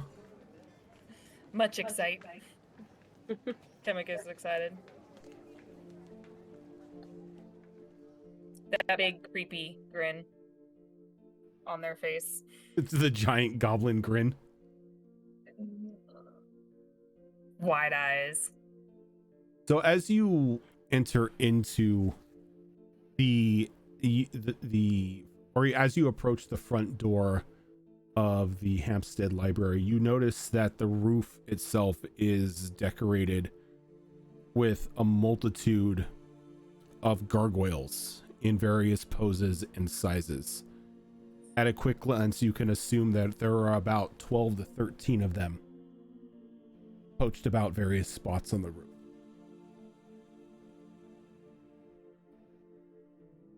All of them giving you a very uneasy feeling, almost as if they're watching you.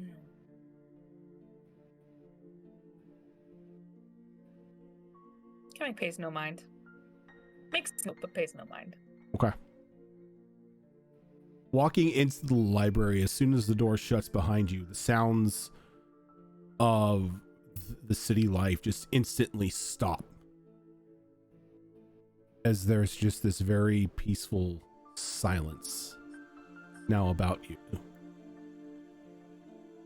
The smell of various, or not various, but numerous books in parchment and tomes just fill your nose, as you can just see rows and rows and rows of books leading up 3 stories.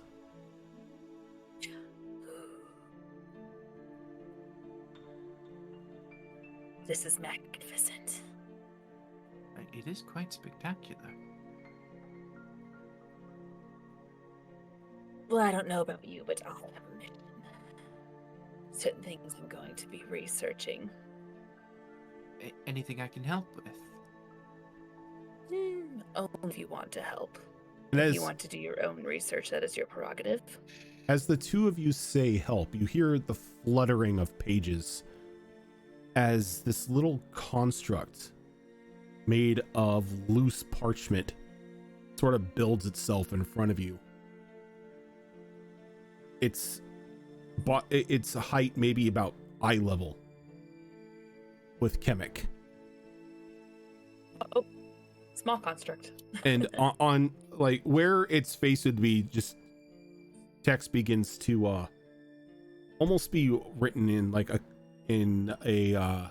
calligraphy script, and asked, "How may I assist?" Interesting. I wonder. There are a couple of things I am looking for. Anything on Travala or time magic. These are the 2 things I am looking for specifically. And kind of sits there for a moment, and then like a page turns on its face, and then the script appears again. There are 2 tomes in the library with information on Travala. 2. That's better than I expected. All right. I would like to look through both of those. And its face turns the page again, and the words "follow me" appear as its body sort of lifts up and kind of takes off as like a little dust devil of pages, leading you down the pathways and up to the 2nd floor, and in between a row of very large, thick books.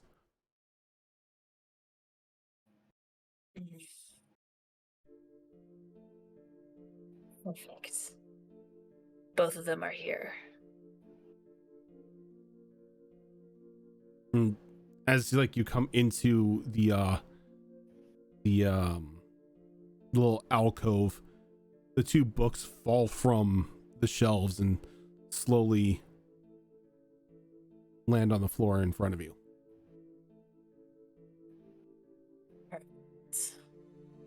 Can I pick them up? Yes, you can. Or are they too big? They're pretty big tomes, but you still have the ability to lift them It's gonna look a little funny though with you carrying the books, you know, to a table. It looks like it's just like a book with legs walking down the aisle. I got one strength. Yeah. Yeah. Don't care. I Yeah, see why you want chemicals. Nalani here now. Nalani, can you grab the other tome? I got one. Yeah, I'll help her carry her books. Thank you. Help them carry their books. As I walk over to a table, if there is a table to kind of Yeah, there lay are them on. there are tables spaced out between the rows evenly, so you don't necessarily have to read while standing up. Perfect. Well, this will take me a while, but I think I will start with these. That actually worked out much quicker than I thought. I'm curious, though, what do you want to research, Mia? Well, I think I'm going to actually start with a bit of paperwork, a bit of cataloging of things that I've already read about. And then, you know, once I've got that out of the way, I can start doing some cross-referencing and get a little more detail on these things. Dragon-related, all of it. Ah, I see now. Well, that was a unique encounter. Best Indeed would be it learned was. more about that.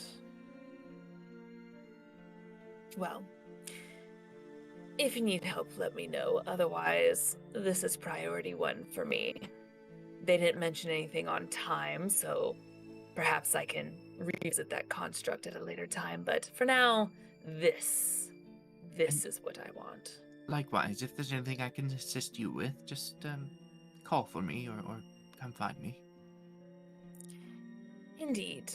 I've picked up a nifty spell, though there is a range limit, but if I feel like stretching my legs and pinging you, I'll let you know. Appreciate it. Wait, what's the range limit? Hold on. Is it 30 feet? I'm pretty sure it's 30 feet. It's 120 feet. Never mind. All right, I don't have to wander as far. I mean, if but it was 30 feet, you just walk over to the person, right? I know. I'd be like, can you hear me now? Can you hear me now? Can you hear me now? Okay, 120 feet. That's a much bigger range than I remembered. Okay, yeah, no, we could. So once Kamek looks all situated, I'm gonna find myself a relatively private corner of the library, if I can. Okay. Place to sit down. First thing I'm gonna do, I should have done it before I left the inn. I'm gonna take out a piece of parchment, fold it into the shape of a crane, write on its wings, "Can you pick me up some mice?" and then sign my name, and then cast animated scroll on it and tell it to go find Kunkoval. And then I'm going to just have a tertiary glance around, make sure nobody's eyeing me as I unclip the Dragon Almanac from the holster underneath my arm and lay it out and turn it to the page that went over ingredients needed or material components needed to create a draconic life, and start cataloging those ingredients, which I can then hopefully cross-reference in this library. Making a list of things one might need for such an endeavor. Are you trying to make your own dragon? I will settle for a drake, a small one. I'm not Prefer trying to dragon. make, some big ancient monstrosity here. Yes. But I've got an idea for a little familiar, let's say. Okay. For the future. So you're going to be researching that. Yep.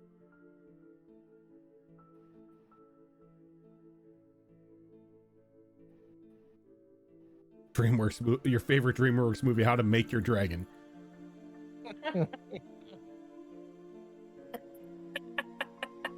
That's how it always starts, and it's how to build your own undead.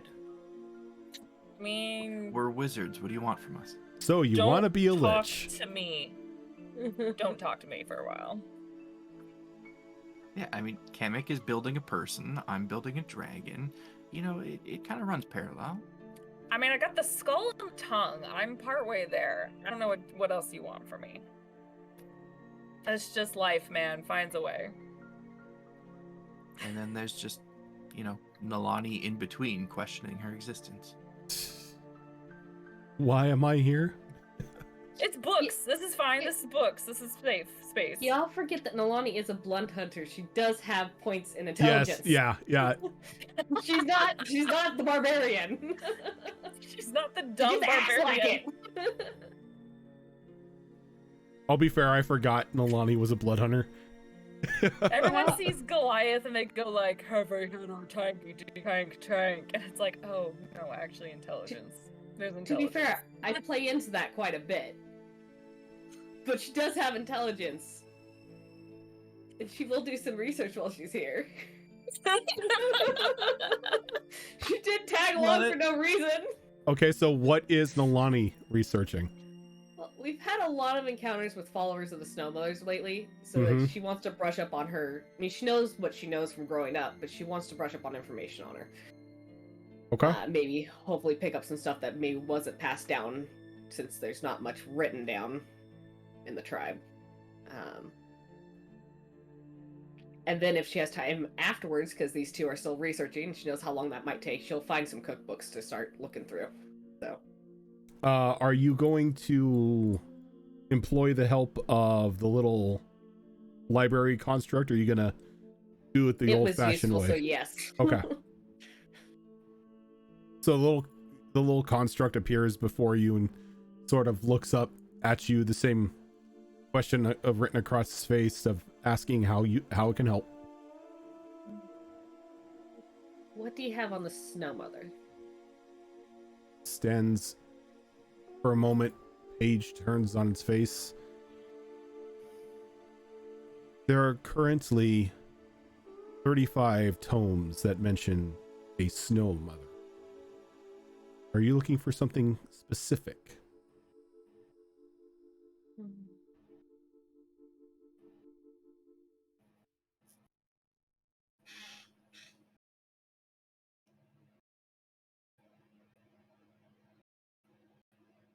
What does she want?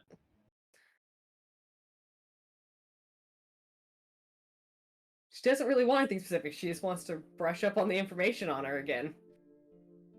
So, no? So generic information? Yeah. Just kind of anything that she may have forgotten Okay. over time. So since you ask for generic information, that leads you down a few more aisles, and you're presented with a book of the listed the information of known old gods and deities. I'll work. To start, at least. Okay. So I'll take that book back to where Kamek is sitting. Alrighty. So for each of you, what I'm going to need is I am going to need a intelligence roll to see what information you retain. Just straight intelligence?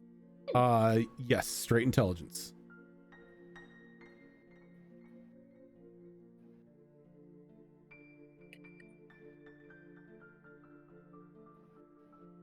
Hey. 22. Nice. 21. 21. 24. Seems like all of you got some really good Google searches here. So, We is are smart. we are smart. Yay. So with a 24, Mia, after cataloging the book, you're able to find most information on most of what is required for creating pretty much creating your own draconic life. Though from the list of things that you gathered, there are a few things, a few everyday items that go into it. A pinch of ash, ruby dust, like a leather bat wing. But then there are other things that get very specific, like the tooth and an eye of a living dragon willingly given up.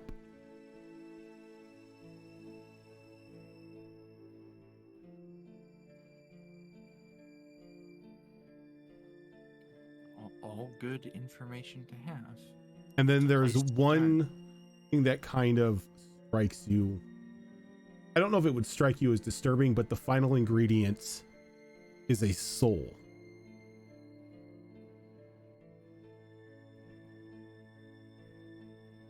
Does it specify the type of creature that the soul would have to come from? It just says a soul.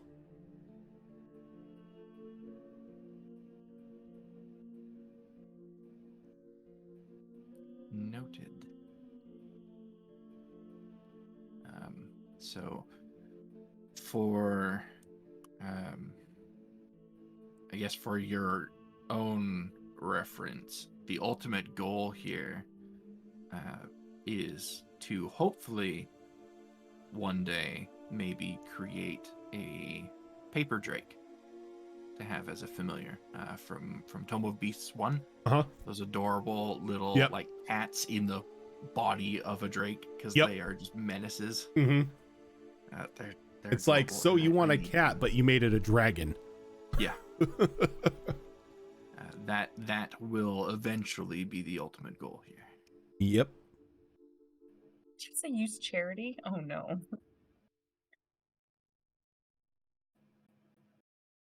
I mean, that's a good point. But we got a You're soul not on wrong. us, I'm just saying. Huh. Now, does it have to be a cooperative one?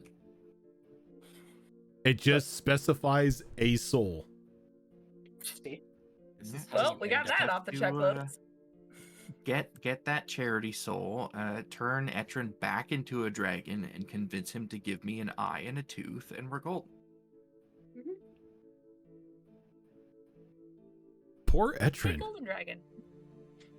Can he hold more spells in dragon form? Technically, yes. Because dragons encourage us. are naturally magical beings, so yes. Don't encourage us. There's the plan of brewing. Yeah. That's the scary thing. Approaching. Yeah. Yeah. Look, you gave us the rope. How do you expect us not to hang ourselves? But it's not yourselves. It's that poor elf. We'll find someone, that's the point. Look, they're an NPC. They don't matter. He's a paladin. He had it coming. You're not wrong. Didn't you play a paladin? He's I don't know also what you're from, talking about. isn't he from, Amiroska. yeah. Yep. He's from Colorado, Yep. it's fine. I heard They've done Colorado, worse. so I'm thinking Colorado. Colorado. Hey, Why? He's a paladin from liberated. Colorado. We liberated Kamaruska, it's fine. They're My so brain- Colorado. Why? Yes, Why would wait. I ever play a paladin? I mean, that just doesn't sound like me. Oh my god. Nolani. Yes. This tome is actually very beneficial to your endeavors into looking more into the Snow Mother. There is an entire section of the book dedicated to simply just her, going more into detail from her being a Goliath warrior of note back when she was mortal, gaining enough power to enter into an ascended state but being prevented from attaining full godhood by her previous clan. Seeing as her ascension as a means, as almost as of a slight and a sign of disrespect, they prevented her ascension into godhood, leaving her in a almost fallen demigod-like state. Tales then started being shared with the other clans about her corruption and how all who hear her words are soon to be cursed.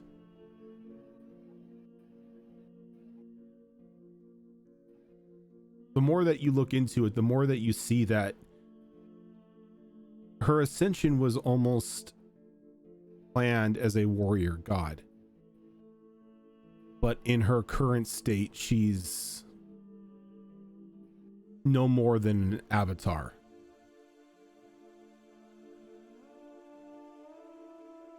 A demigod that's bound to the plane.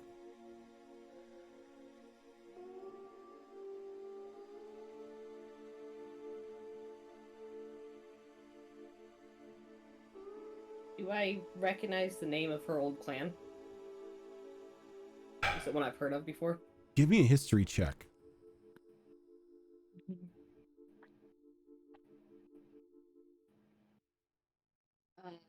History. Ooh, I actually have a good history. So that would make that a 21. A 21. You've heard of the clan before, of talks. Well, not of talks, but of tales of like your people's ancestry.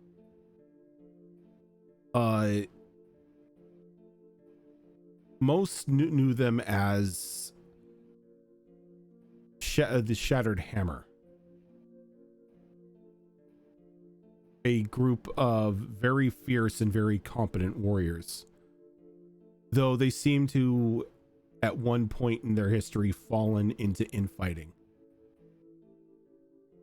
And it ultimately led to their doom.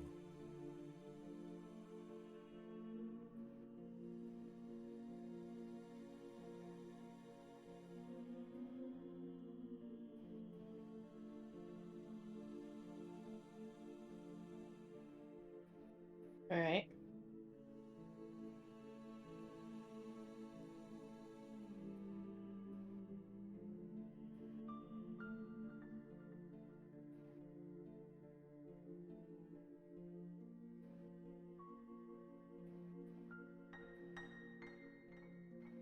I think she's going to take time to digest that. For Okay. a while.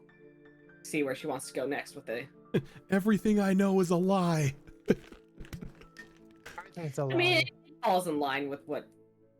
It makes sense why her clan hunts her followers. Mm-hmm. For the record, thanks to this nifty gift that Kemek and the others received, Kemek is taking full benefit of spending the entire day in the library, and they don't need to take a water break or a lunch break because I got my handy dandy thermos and I'm just eating and drinking from that. Pumpkin spiced latte. Like, pretty much, just because like I just say basic bitch. Don't drink a basic bitch. Yeah, you just not say, nice to drink people. It tastes like you just pumpkin spice. yeah, you just say basic bitch and it just fills up to the brim with like Starbucks pumpkin spice latte. Mm-hmm. Kemek. Mm-hmm.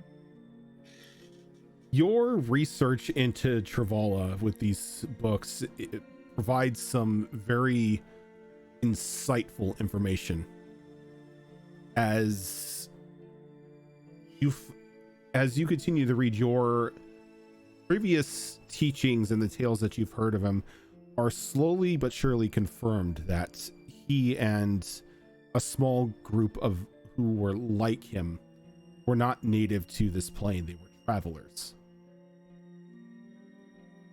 the first goblins that made landfall onto the material plane. Through every goblin, if they were to trace their lineage back through the generations and eons of time, they would arrive at Travala or one of his companions. Though you begin to notice, as you read a little bit deeper into it, Travala is also known as a doom speaker. A goblin gifted with the ability of almost second sight. Not something that would technically be considered a gift amongst many people on the material plane, as everything that he saw was nothing but death and destruction. So with his abilities, he was able to help ensure that his people, and now the goblins of this day and age, were able to survive by preparing for calamities, avoiding certain areas due to high danger. Almost everything that he's predicted has come true.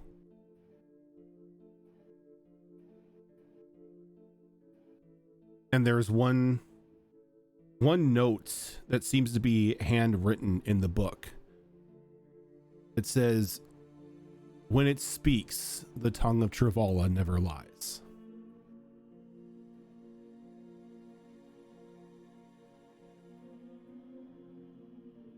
This is why tonight I'm gonna fuck around. All right. And one final page mentions that when he was buried, his body, when he was buried, his body was separated and spread out. Those who buried him, wary of his final vision of the Doom Speaker returning and it bringing utter darkness to the plane.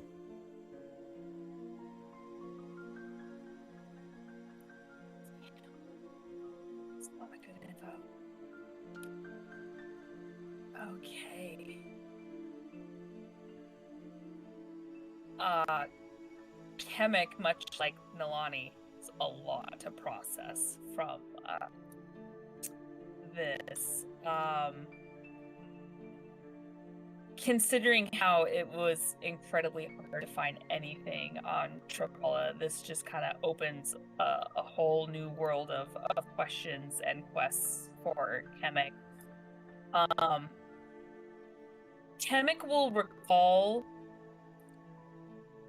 what the tongue whispered to them, what little they could, as it was in its little glass jar, of seek truth, completion, reveal.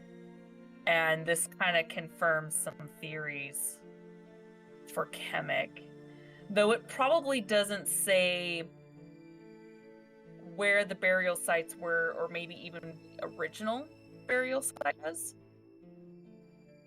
There is a map.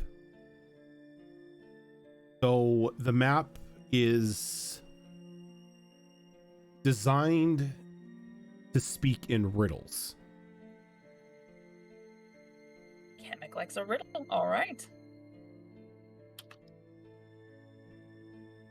So as you look at the map, there's no easy way to decipher it. It's almost as if there is a special cipher that's been used to safeguard the information as to where the specific burial sites are at.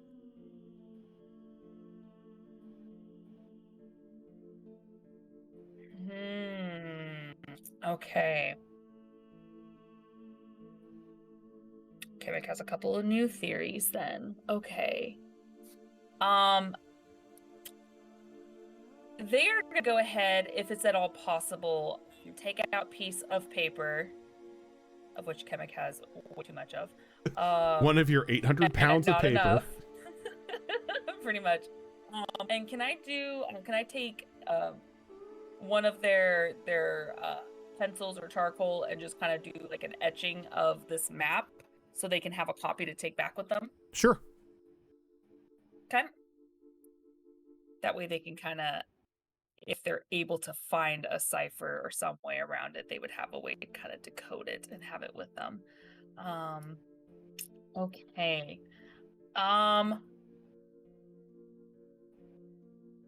Kamek, for a moment, is going to reach inside their bag and look at the skull that they obtained a long time ago and kind of observe it a little bit more, starting to think that maybe this perhaps is the skull of Travala, potentially. Though there is no markings or anything other than that it is different. Kemek's gonna make a plan in their head and put it back in the bag and just continue reading. And once they are done and collect all this information, which of course they have their Vala book that looks like one of those like mystery research books with like the red lines everywhere of theories and everything. When they're done, they're gonna go ahead and see if they can find anything on time magic and calamities in the past. Can you say that again? You kind of cut out. They're gonna look up anything on time magic and calamities of the past. All right, give me a second here. I need to redo the card rotations here. It's a bit wonky. Don't know what's happening. I think it's because I removed the old Azure Claw one and I put the new Azure Claw in, but something just wonked it out. So hopefully this fixes it. Hopefully this fixes it. Oh, you know what it is? I didn't delete the old Azure Claw from the list on the thing, so it was just showing a blank thing because it doesn't exist anymore. That would absolutely do it, yes. Yeah. That makes sense. I'm trying to find it, but it's not here. Oh. So okay, I'm sorry. So it was a little bit different. I think it was DF3 instead of just D3. Oh. So once again, what is am I going to search for now? Anything on time magic and calamities of old. Okay. I will get back to you on that because this is all going through as you guys are researching your first things. So over in town, Kunkaval. Yes.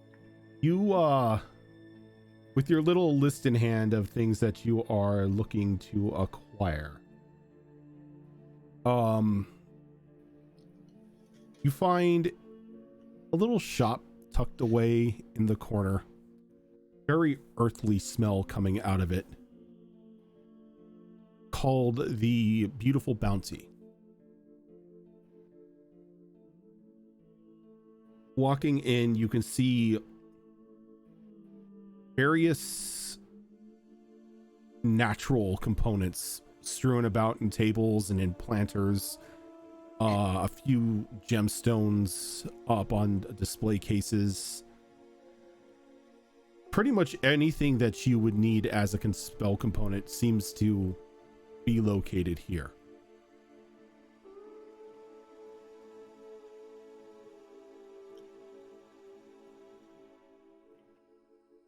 Alrighty. Now, When we got off the train, Blue had indicated for the people who could see him to follow him and those who couldn't to follow the torches. How many of our group followed the torches? In other words, how many of you guys don't have dark vision? The humans don't have dark vision. The Goliath does not have dark vision. Goliath does not have dark vision. Bird Mia does does not. not have dark vision. Okay, let's do the opposite then. Who has dark vision? Yeah, show of hands. Who has dark vision? Yeah. Only 3. Okay. Yeah. All right, I can work This is with why this. Kimmick is useful. I can work with this. I see everything. I see dead people. I see nothing. I Literally. mean, Okay. I play with dead my people. wisdom's so. low.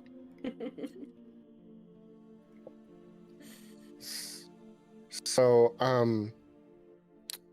you said I can find everything that I want, right? It pretty much, if you needed to find a spell component, this would probably be your one-stop shop for it. Okay, so am I able to find a gilded acorn with a feather, tuft of fur, fishtail, worth at least 200 GP?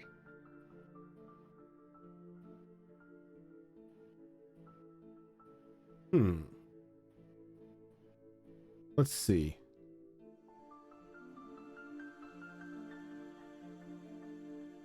There doesn't seem to be one on display, but you haven't necessarily found the shop owner yet. I will look for the shop owner. Swear to God, if it's a Bemmy. Luke will No, just the gonna Bemmy's run died out. around screaming his favorite Well, noise. did they? Well, you say that. You say that. Where's the Jimmy? Wildlands has taught us that the Bimmies have gone global. Mm-hmm. So as you Bennington Global Initiative. as you walk around, you take inventory of the things or of the store itself. You come across an elven gentleman sitting on top of a stool with his legs crossed, and he seems to be singing to a small plant that seems to be swaying, and it's almost as if it's whistling in response.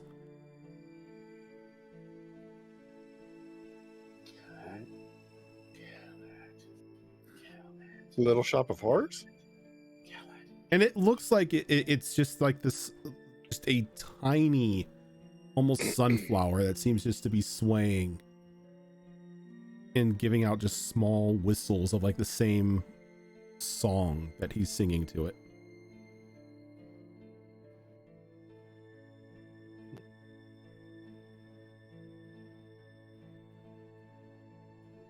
Let's see here. So, yeah, I'll flap up. Hello. He sort of looks up a little surprised. His eyes kind of like, you see the pupils in his eyes go from like really huge to small and narrowed. Oh, hello, little friend. And he's just like he takes the plant. He just lowers his hand to like a small dirt planter as it walks off of his fingertips and just plants itself into the soil. And just dusts his hands off and hops up off of the stool.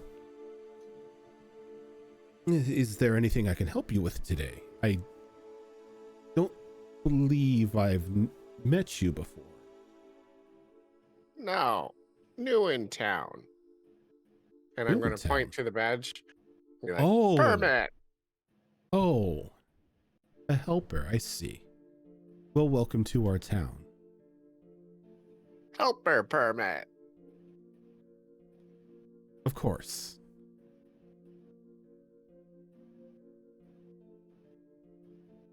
Interesting friend you have there. Isn't she, though? She's just a sapling now, trying to... forgive the pun, weed out some of its more evil intentions and try to provide some influence for some good ones. I'll look at him, look at it. Would she like some help? I wouldn't listen to her just yet. She's still in her mind control phase at the moment. Interesting. Yeah, her kind are a very interesting species of flower. I've known many plants. Not sure ever come across one with mind control. No, it is apparent, because if you came across one of her in the wild, well, you would be under its control and your brain would be a pottery for its seedlings. It's one of those things. Kill it. Does not sound pleasant. It is not, but I plan to prove that with the proper care and love, we can turn these sirens, as they're known, into more beneficial plants to help society than to ruin it. Well, when you think it is ready, let Kunkoval know. I will keep that in mind. I have way with plants. It is nice to meet you, Kunkoval. I am Goldenrod. Goldenrod. Yes. I own this little bouncy. I give him a good berry beetle. Takes it for a moment, looks at it, and just plops it into his mouth. Looking for items. Most people who do visit my shop are looking for something in particular.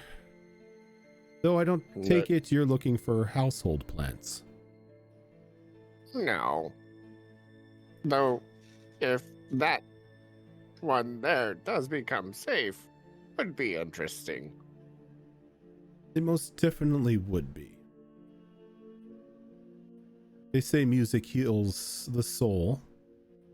Maybe I can help cultivate a breed of sirens into those to aid the sick instead of feeding off of them.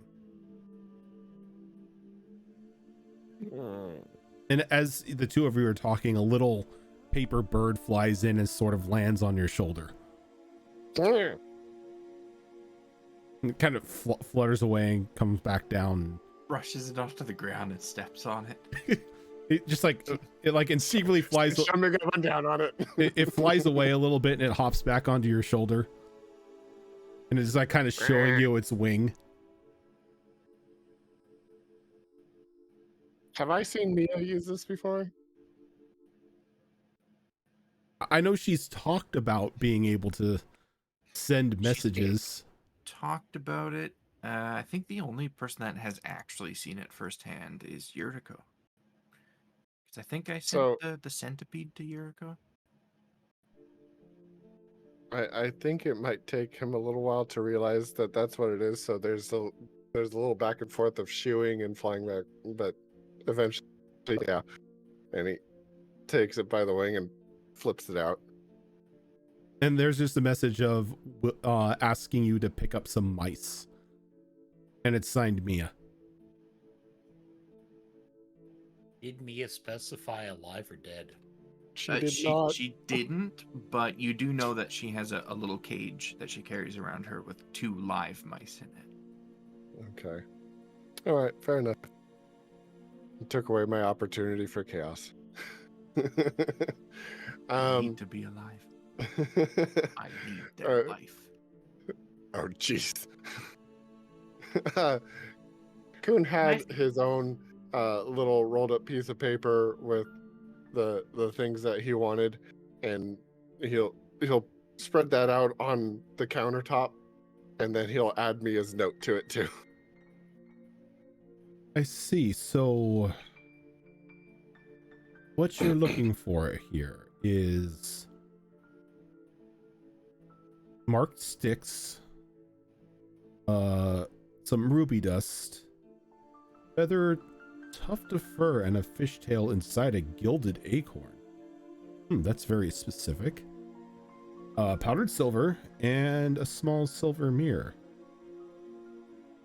I may have to look for that acorn, but I believe I have everything else. And mice, I most definitely have mice. How many do you need? And starts. So 20 mice. 20 mice it is. I believe I have those.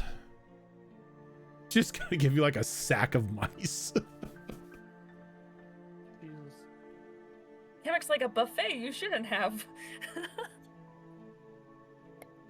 So he goes about and collects all of the components that you asked for the specific thing for the gilded acorn. Can you roll me a percentile? I sure can. Because there is a chance he may have one laying around. 93. Hope that's on the good side. He brings out a small bag, or small bags is like separate with like each component you ask for, and he's like, and you wouldn't believe it, I ended up finding one of those acorns, stowed away in the back. So well, here you go. He sets that down, and it's quite the look. So components are weird when you think about it.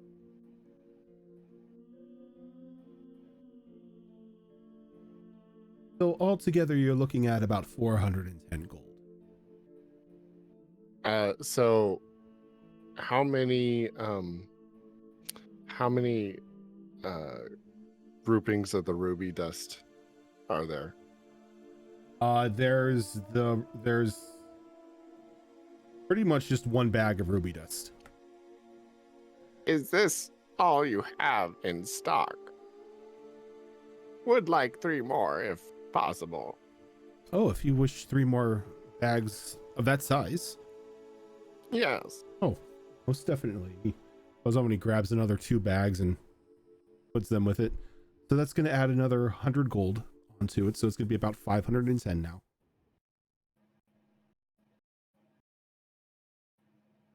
I found out I have a lot of gold, though. Let's see here. Yep, I can cover that.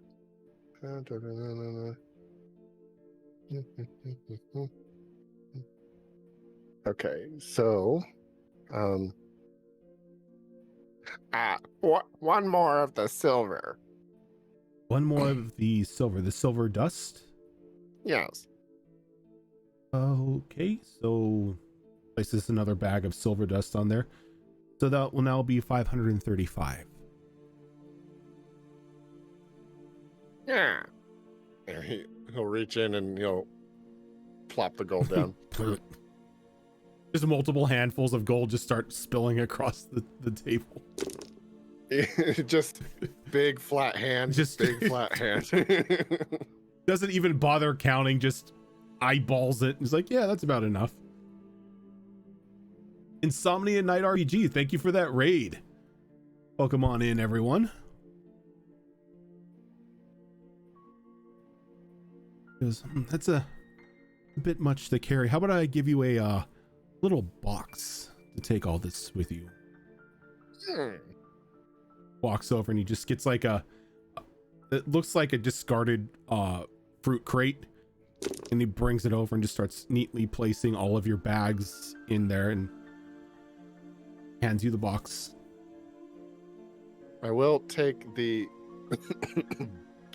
gilded acorn, and I'm going to attach it to my staff Okay. using druidcraft so that vines come down and wrap around it, and it's going to actually hide the fact that it's a gilded golden acorn. Okay. It'll just be So attached it to just the looks like a staff. vine ball. Yep. Okay.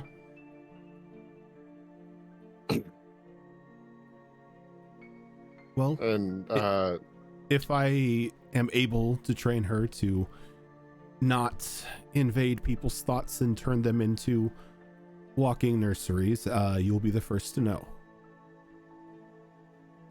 Can help her blossom. First, we want to make sure that blossoming won't doom everyone. And then, yes. Fair point. And so he's going to grab the box, tuck it under his arm, and he's going to grab the, I can only imagine, fairly decent sized compared to him, sack. Yeah, a Throw it over sack his of, shoulder. yes, like, and as you're picking up the bag, it's moving and they're all jumbling about inside because you got a bag of 20 mice right now. He's going to gently shake it. Stop squirming. The more you shake it, the more they move, the more agitated they Flap. get. Flap, flap, flap out.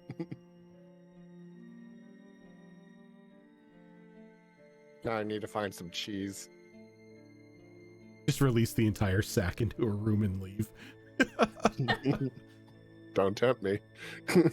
Oh god. Not far off from what I was thinking already.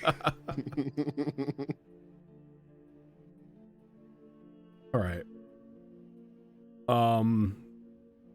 So those of you who are pretty much doing a walkabout of town, can the two of you give me investigation?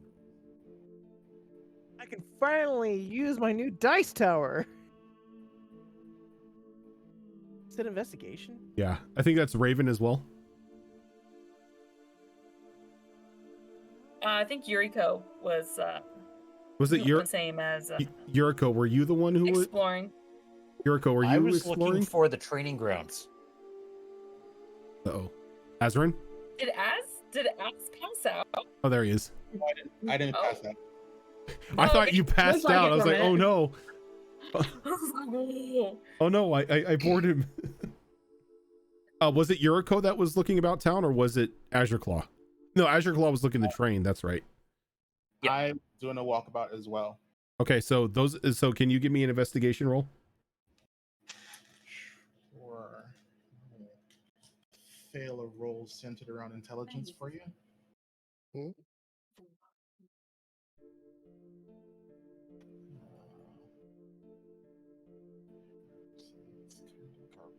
Actually,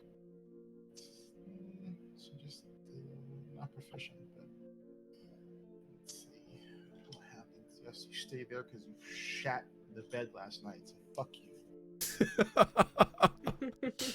God, so aggressive towards those dice.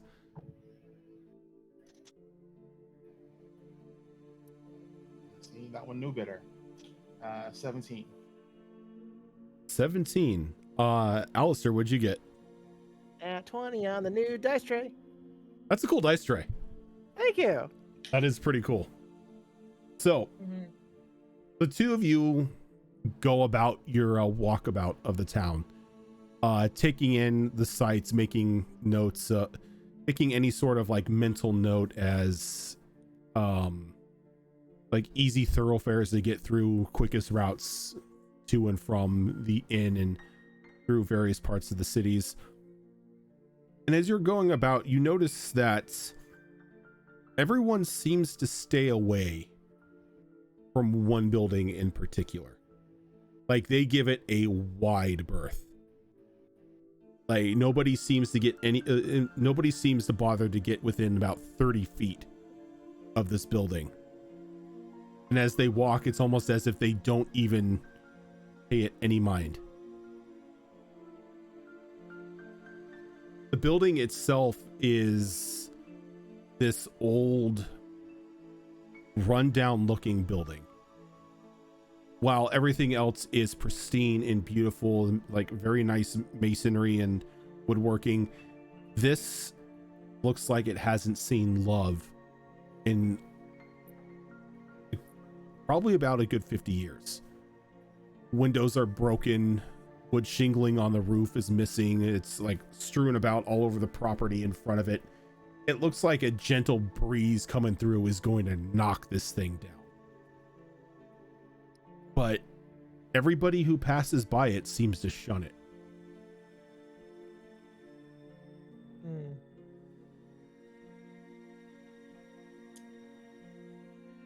I am going to approach it. I'm not gonna go in. I just want to see, like, you know, is there like a sign or something on it? Like, what's its deal? As you stare at the building, there doesn't seem to be any sort of signs or warnings or anything of that matter. It just looks to be a building in disrepair.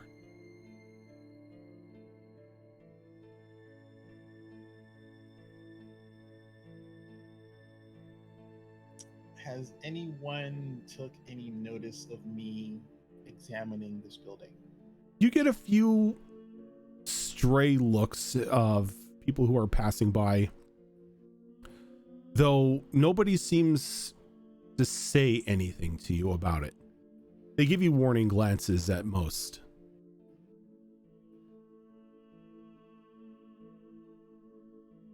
Is there like an alley or something that goes around it?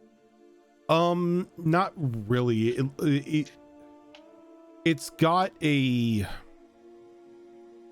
poor excuse for an iron fence around it. It looks at like one point this may have been somebody's private estate.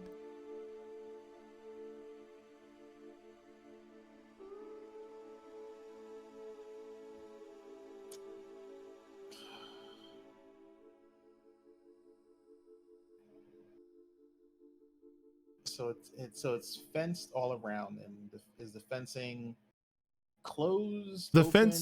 fence isn't even that impressive. It's about waist high, and it's just like this small iron rod fence.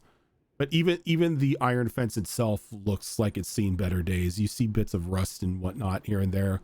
A couple of the rods themselves are strewn about on the property. The front gate kind of like hangs open halfway. And then you just like every now and then you see something in the upper floor just pass by. Does it look human? You can't honestly tell from where you're at. It's definitely large enough to be human, but the shape itself from where you're standing is indistinguishable.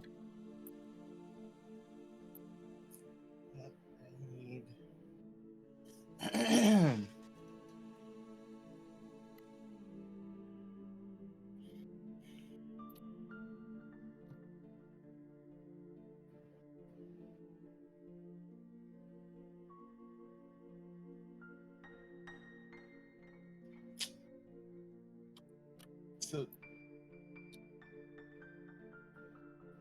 I don't have to like break in, right? It's just kind of like it looks like an abandoned property. It just looks like a dilapidated property. Kind of like something you would see like urban explorers try to, get into, but with far less security. Do I see Yuriko?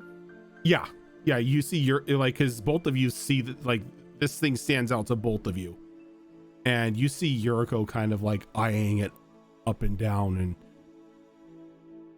trying to gauge exactly why people avoid this place. Do I see any passerbys like right next Oh to me or yeah, anything like that? this city has a ton of foot traffic. I like to grab someone's attention. How are you grabbing their attention? I just gonna be like, Just reach out and grab them. reach out and grab them. Hey, you. I just be like, you there? Do you have a moment? Whoever's closest, doesn't matter. Dwarven gentleman looks over and walks over to you and he's like, how can I help you, sir? Can you tell me what the deal is with this this estate here? Seems like everyone seems to be avoiding it. That thing. Yes, that is the shame of Hampstead itself.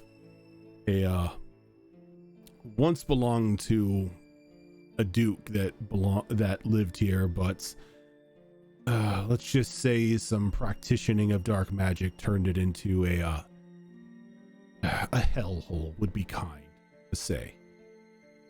What happened to the person? Oh, we assume he died in some bloody ritual. Nobody's dared go in after the first few attempts only led to us losing more of our town goers here.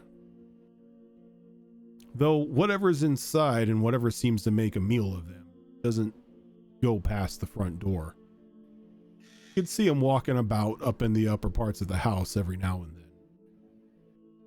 We just figure as long as we stay off the property and don't cross that threshold, it can remain there until it falls. Very well. Thank you very much. And I'm going to turn to Yuriko and be like, you want to go in? So I heard there's demons inside. You want to punch them? Exactly. Did I hear the conversation he had with the passerby? Yeah. You were close enough to get pretty much the gist of what they were saying.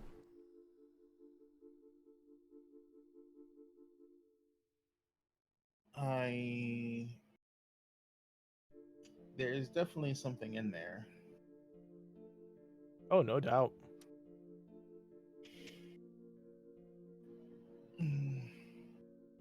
As the two of you are standing there conversing, trying to figure out if you want to go in and agitate whatever is inside, Kunkaval, you come up to your two friends with your walking stick and your bag of goods, or your box of goods and your sack of mice.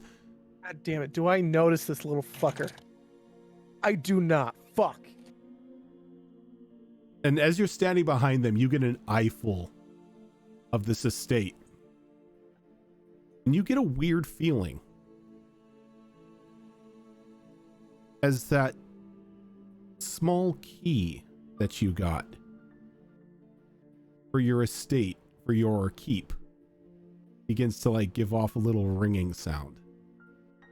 Oh. God damn it. Oh, you two, not noticing Kunkoval behind you, just here behind you.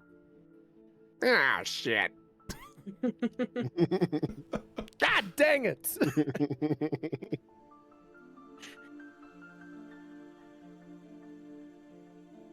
I just grab him and be like, don't do that. And do what? As you grab him, you can hear like the squeaking and the scurrying of the mice in the sack that he's got slung over his shoulder. What's in there? Sounds like rats. Stuff from Mia. Paper bird requested. Weird. A paper bird wants rats.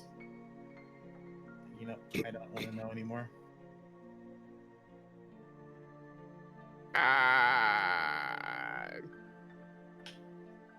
We should come back to that. And I flap off. Wait, you away or towards? Away. Okay, I was about to say for a second. Whoa, where are you going? Kunkoval goes charging in with a sack of mice. I'm going home. Release the mice.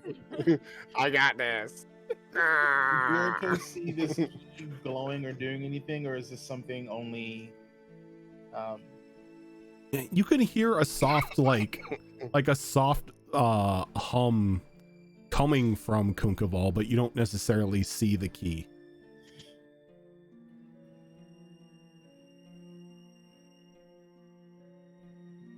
Just over his shoulder, Kunkaval's like, have other things to finish first.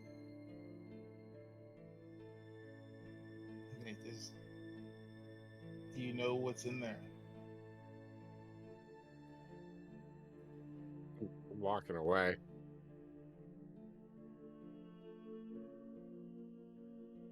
Well, sounds like it's Kunkoval's problem.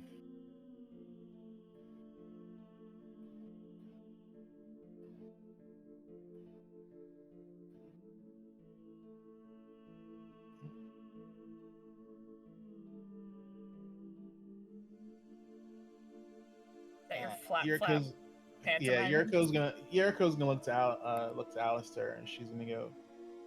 He obviously knows something, but he doesn't want to share. Well, he said to come back to it later, so we'll come back to it later. We'll just have to remind him. I'll probably lose interest by then. Have I finished exploring the town, or is there still more? No, this is you at this point in time, you've pretty much finished exploring the town.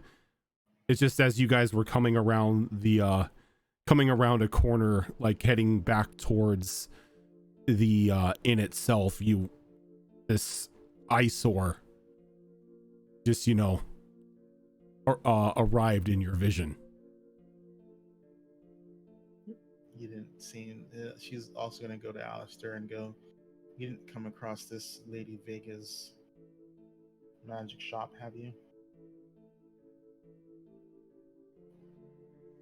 I don't know. Did I? If you did, you don't remember it. Probably not. Just be like, nope, don't believe I remember. I was starting to think this might be it.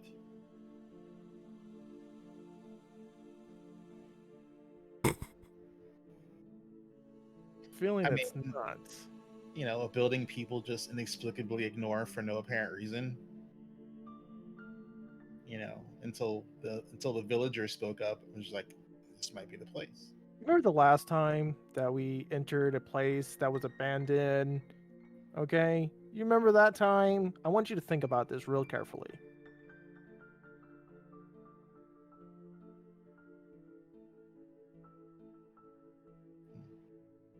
I just think it's weird.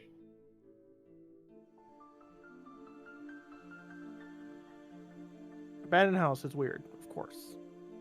No, it doesn't make sense that a known practitioner of dark magic is apparently in there and no one does anything about it.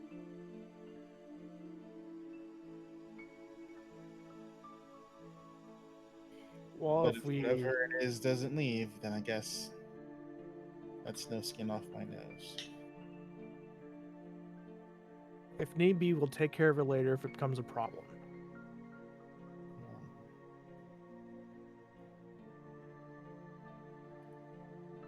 We'll see. You haven't seen Blue hanging about, have you? No, I was just about to head back to the inn.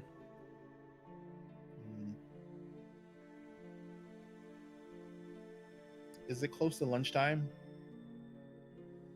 Once once everybody's done their first run of the city and they've picked up their supplies, it's about noon.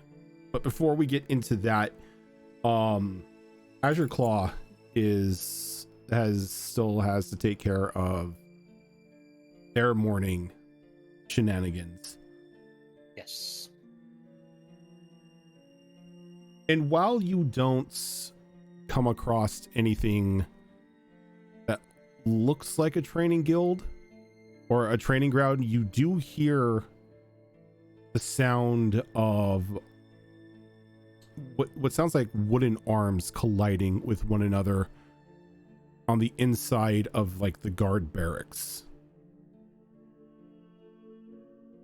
And when you take a closer look at the barracks, you notice that at one point in time there seem to have been an emblem of an anvil over the front door, but it's long been removed, but the stain is still in the wood.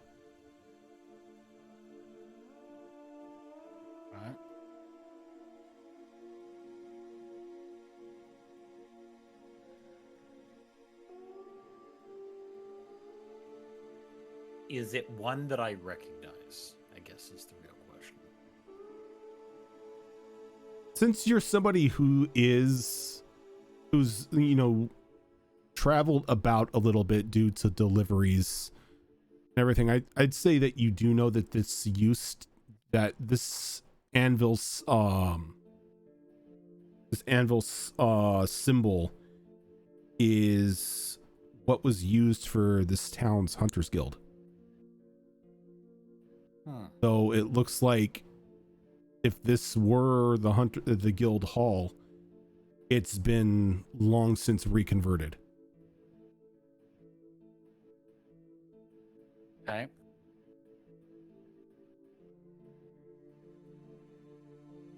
Is the door like absolutely secured, locked? The door is not locked. It looks like if anyone were to push it open, the doors themselves would move.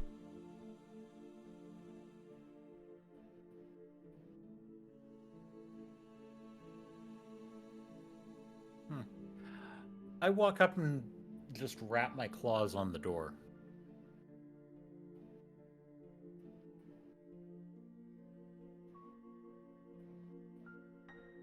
The door swings open and a very large gentleman walks out. Probably standing a good 8.5 feet tall, very broad shoulders, bit of a stomach, but very like thick arms.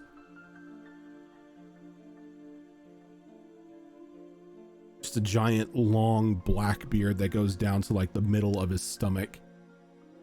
Head is completely bald with what looks to be like runic tattoos that have been put in place of his hair.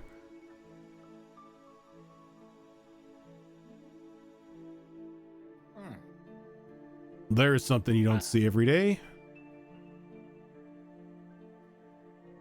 What can I do? Around. What can I do for you, Mr. Bird?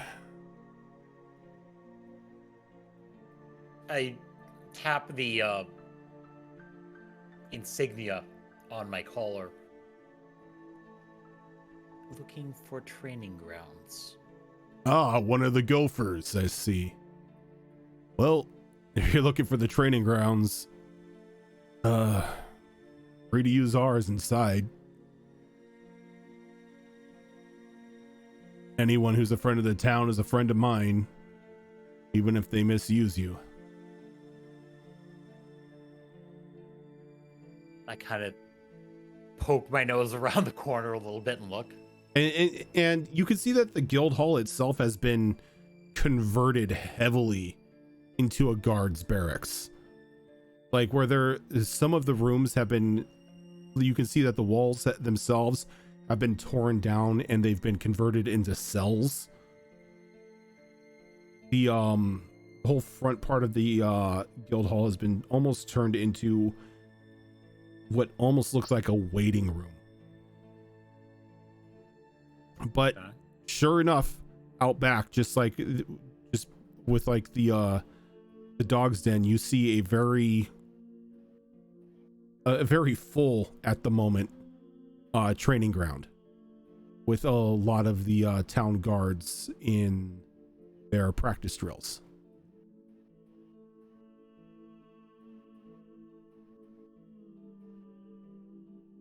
May I come in? He just motions with his hand. Be my guest. I'm going to join them then. Yeah, he's like, I see you've got the dog's insignia on you too, so you're an experienced hunter. You're welcome here anytime. Oh yeah. We worked for dogs, yes. What I wouldn't give to be back on a hunt.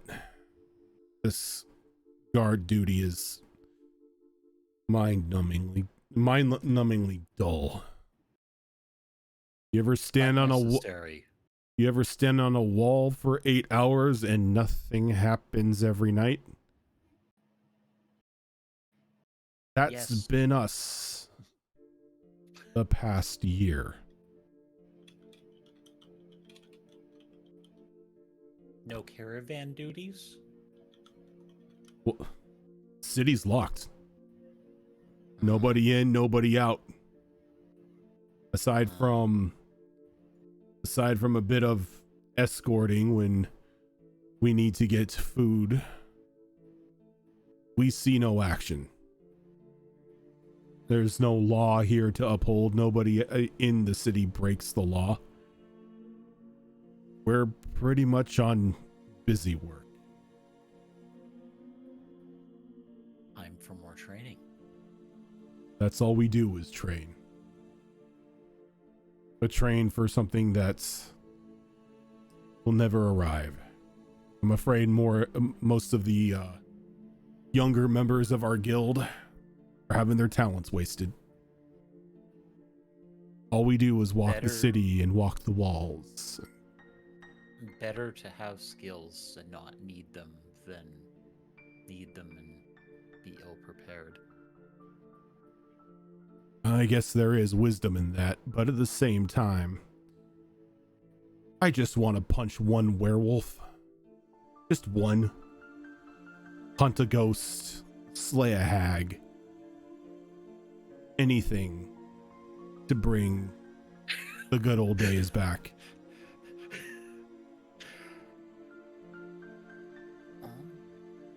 If I find anything, I can let you know. If you can find anything that I can get my hands on, I would be in your debt.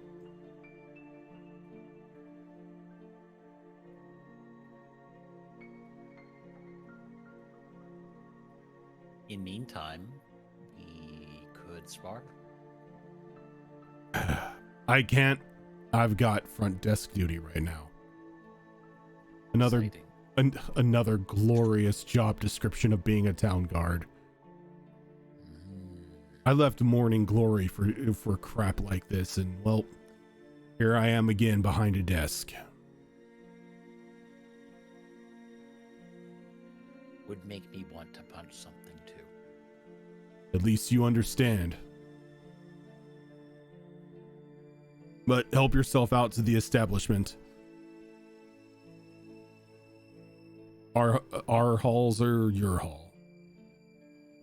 In that case, I am going to join them for their exercises.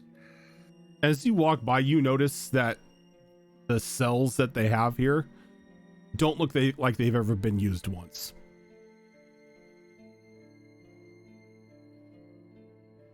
That's either a really good sign or a really bad sign.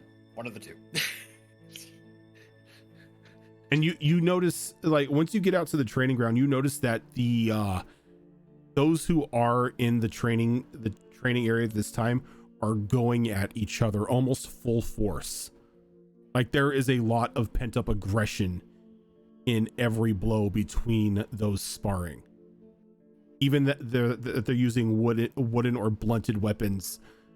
Like, the sound of the impact it's making against the armor is showing that neither side is holding back. I'm going to sit and observe for a few minutes.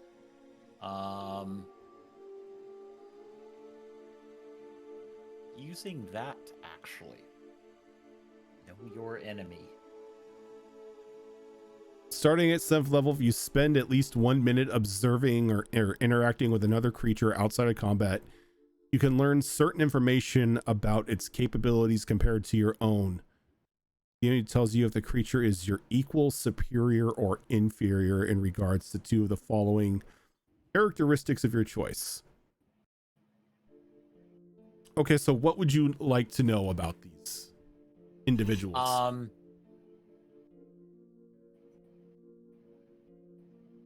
Strength and hit points of at least a few of them. For the most part, they seem to be on equal ground with you.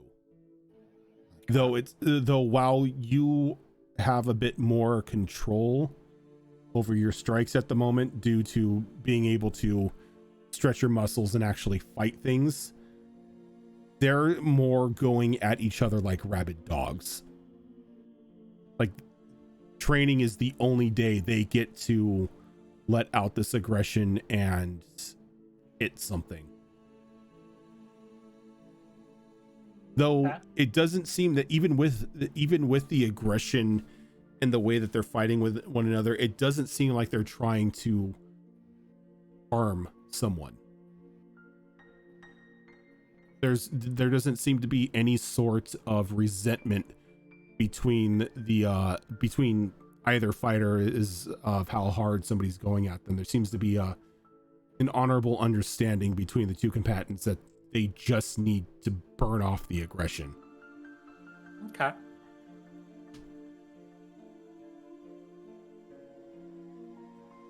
That gives me enough information. Yeah. So once there's a spot where I can insert myself, I will do so. Okay. Give them something new to fight. Alrighty. Now, are you gonna go 100% with them, or are you gonna fight like you normally do? I'm going to gauge and see where we're at. Okay. So the one the person that you're matched up against, you can already tell from the stance that they're taking with their sword and shield that there's no intention on holding back. You can just see the aggression sort of like emanating off of them as you present a new target to hit, something they haven't had in a while.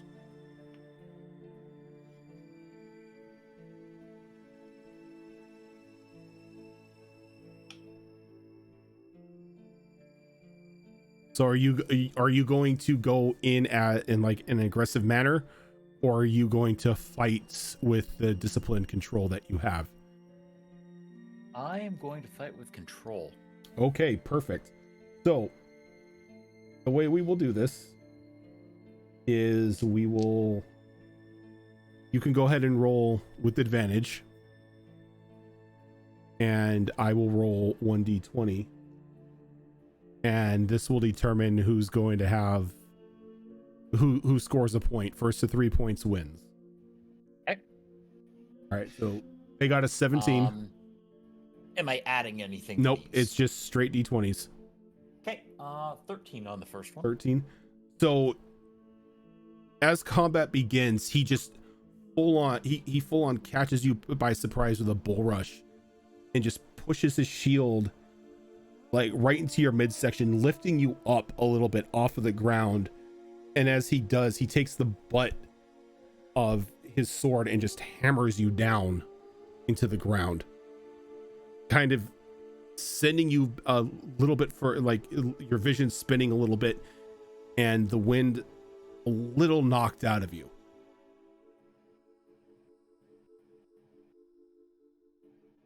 Though he doesn't seem to try to capitalize on you being prone, and he waits for you to get up before re-engaging. Okay.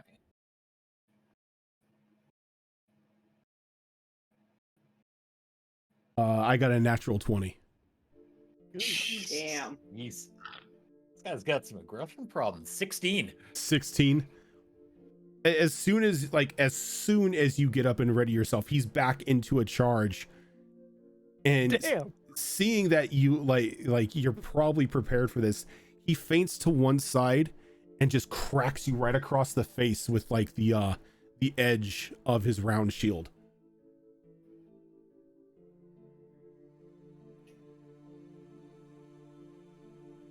Alright. Okay, that's a 7. That's a nat 20. Oh, nice. All right, so you get this point, so you can describe how you're landing a blow on this guy. As he goes for his swing, I'm going to duck low and flatter the blade straight across his stomach. Okay.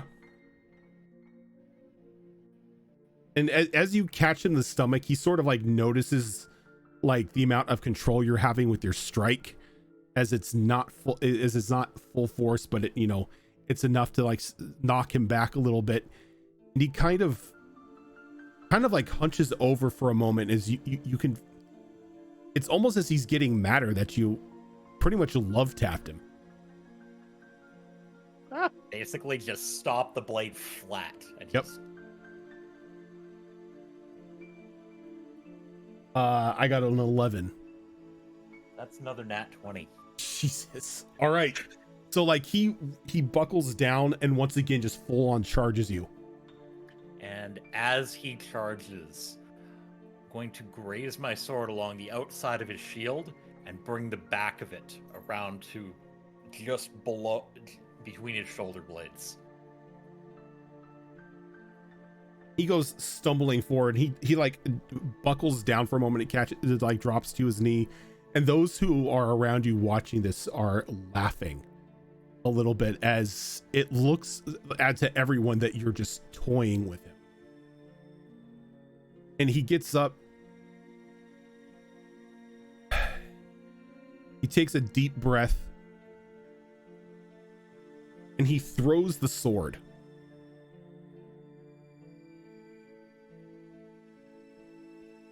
And he turns around and he like gets in a position to where he brings the shield up. And then you see him just split the round shield in two.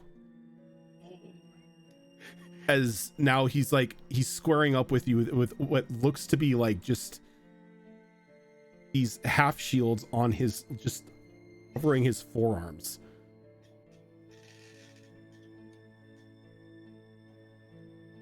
Why do I hear Latin? Why is there boss music and why is it in Latin? Why did you? The moment you said that, I was thinking Sephiroth. Why? Oh. All right, that's going to be a 16 from him. Oh, come on. And that is the third nat 20. Jesus. Oh, wow. So he rushes at you, and then like just out of nowhere he goes into a slide. His feet catch the dirt in front of him. He leaps up into the air and he starts coming down towards you, and it looks like the tip of this blade is just of the blade on the shield is just aimed right for your face. And as he comes down, I'm going to sidestep and bring the full weight of the blade down on his back as he's coming down. And just with like the graceful movement as you spin and you smack that blade on him, he just hits face first in the dirt and skids probably a good, 2-3 feet. And he sort of just lays there for a moment. Everybody around is, cheering. A couple of people come up and, slap you on the shoulder and everything like that. And the defeated guard stands up, clasps the shield back together and puts it back on one arm, and just walks over to you, dusting himself off.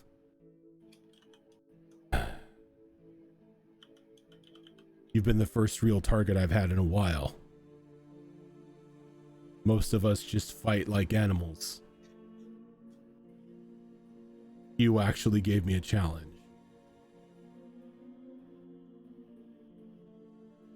What's your name, Gopher? Azurclaw. I'm Drac. Good to meet you, Drac. He kind of like takes off the helmet, and you see what almost looks like a demonic like face. Though on the center, like right in the forehead, is one center horn. His eyes are like this soft, like almost like pinkish red. Oh, what is he? He is an Oni. Yes. I love how we have an Oni in every season. Another Oni to simp on. Another Oni to simp on. Hilda's relative? Descendants? Well, Hildy wasn't an Oni. Hildy was. Oh, that's right. She was. God. Goliath? She was a Dow. No, she was a Dow. She was a Dow. As Dows? Yeah. That's right. That's right. Never mind. Still, badass.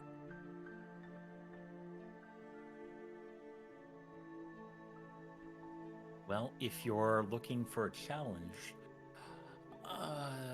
there might be another of our group who would be up for it.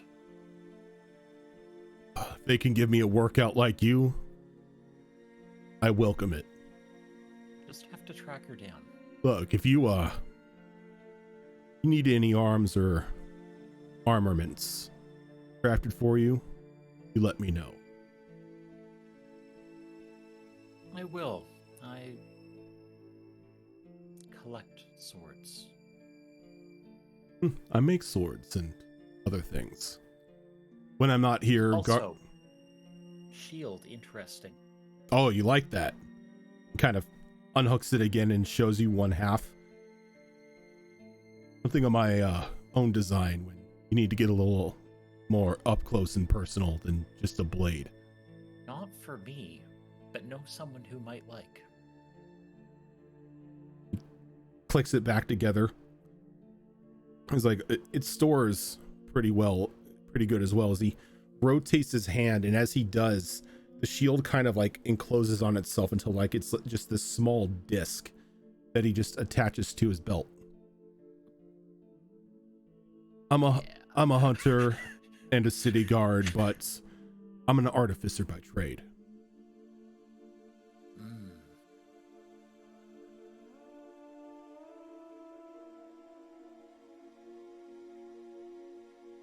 I make gems, and I reach into my pouch and pull out one of the gems and hand it to him. Quality work. Still learning. That's even better for someone who's still learning. Sir, I have a design.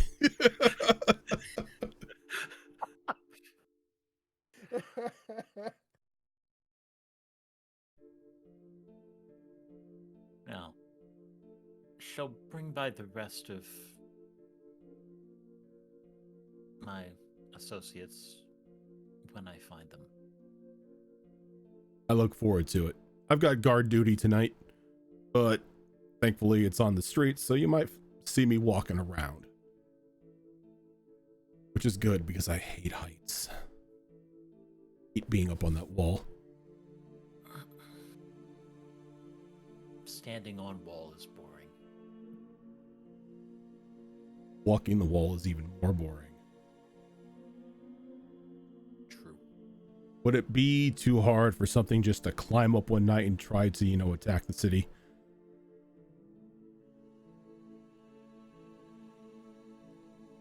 Have seen my share of things attacking. What I wouldn't give if it attacked here. What were But those were werewolves. Those were oh, what was the bullshit that hit the train? Those were still the werewolves with the the red crystals. yeah, No, Use they these were a floaty weird crystals. breed though. They were a different version of Yeah, werewolf. they were They traditional were werewolf. coyotes or something. Yeah, Yeah. Were they werejackals? werejackals, that's what they Yes, were. There we go. Yeah. Have fought werejackals. Haven't fought a werejackal before. Fought a werebear. That was fun. They had crystals that exploded. See, now I just want the gates to open even more so I can go out and experience this. Exploding crystals, werejackals, all the fun is out there. Be thankful fun is out there and not in here. If I were in your position, I'd probably say the same thing, but we're bored. Explosions happened while on train. Not fun. I can see why.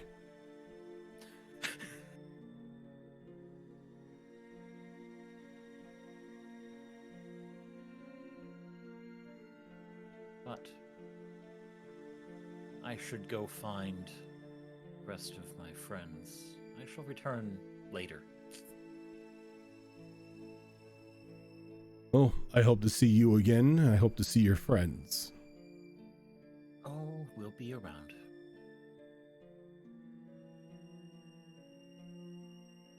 Well, until we meet again, Azure Claw. And I extend a claw for that. He extends his hand. And with that, I shall turn and leave. All right. And I think that is a good place to stop for tonight, as we are running a little late. But this is, this is our first night back after, a long break. But thank you. Miss us. I've missed us as well. Thank you everyone for tuning in tonight. This was a wonderful return back to campaign 3 of Destiny Forged. This is not the only show that we do. Coming up has Chimera Collective settled on Friday this week? Does anyone know? No, they're gonna continue Mondays. They think they can wrap up in about 3 or 4 episodes, so we're gonna do alternating Mondays with me, but we're coming back with Mass Effect this upcoming Monday and then rotate with Chimera Collective. Okay, so 14th will be Mass Effect. Yes. Okay, so on Saturday we have another episode of our Pathfinder 2 Extinction Curse campaign of Wayward Wanderers, which Azarin DMs, and then on Monday the 14th will be the glorious return of our Mass Effect 5th edition campaign of Mass Effect Horizons, DM'd by Zorro. On Tuesday, we'll be back here again for another episode of Destiny Forge Season 3. And we'll pick up then on the next Saturday with our rotating Saturday show of Withered Wastes, which is another 5th edition campaign that I run. But for now, we are going to head on out. Thank you very much for everyone tuning in to our return stream, and we hope to catch you guys when we're live once again. Till then, have a good one.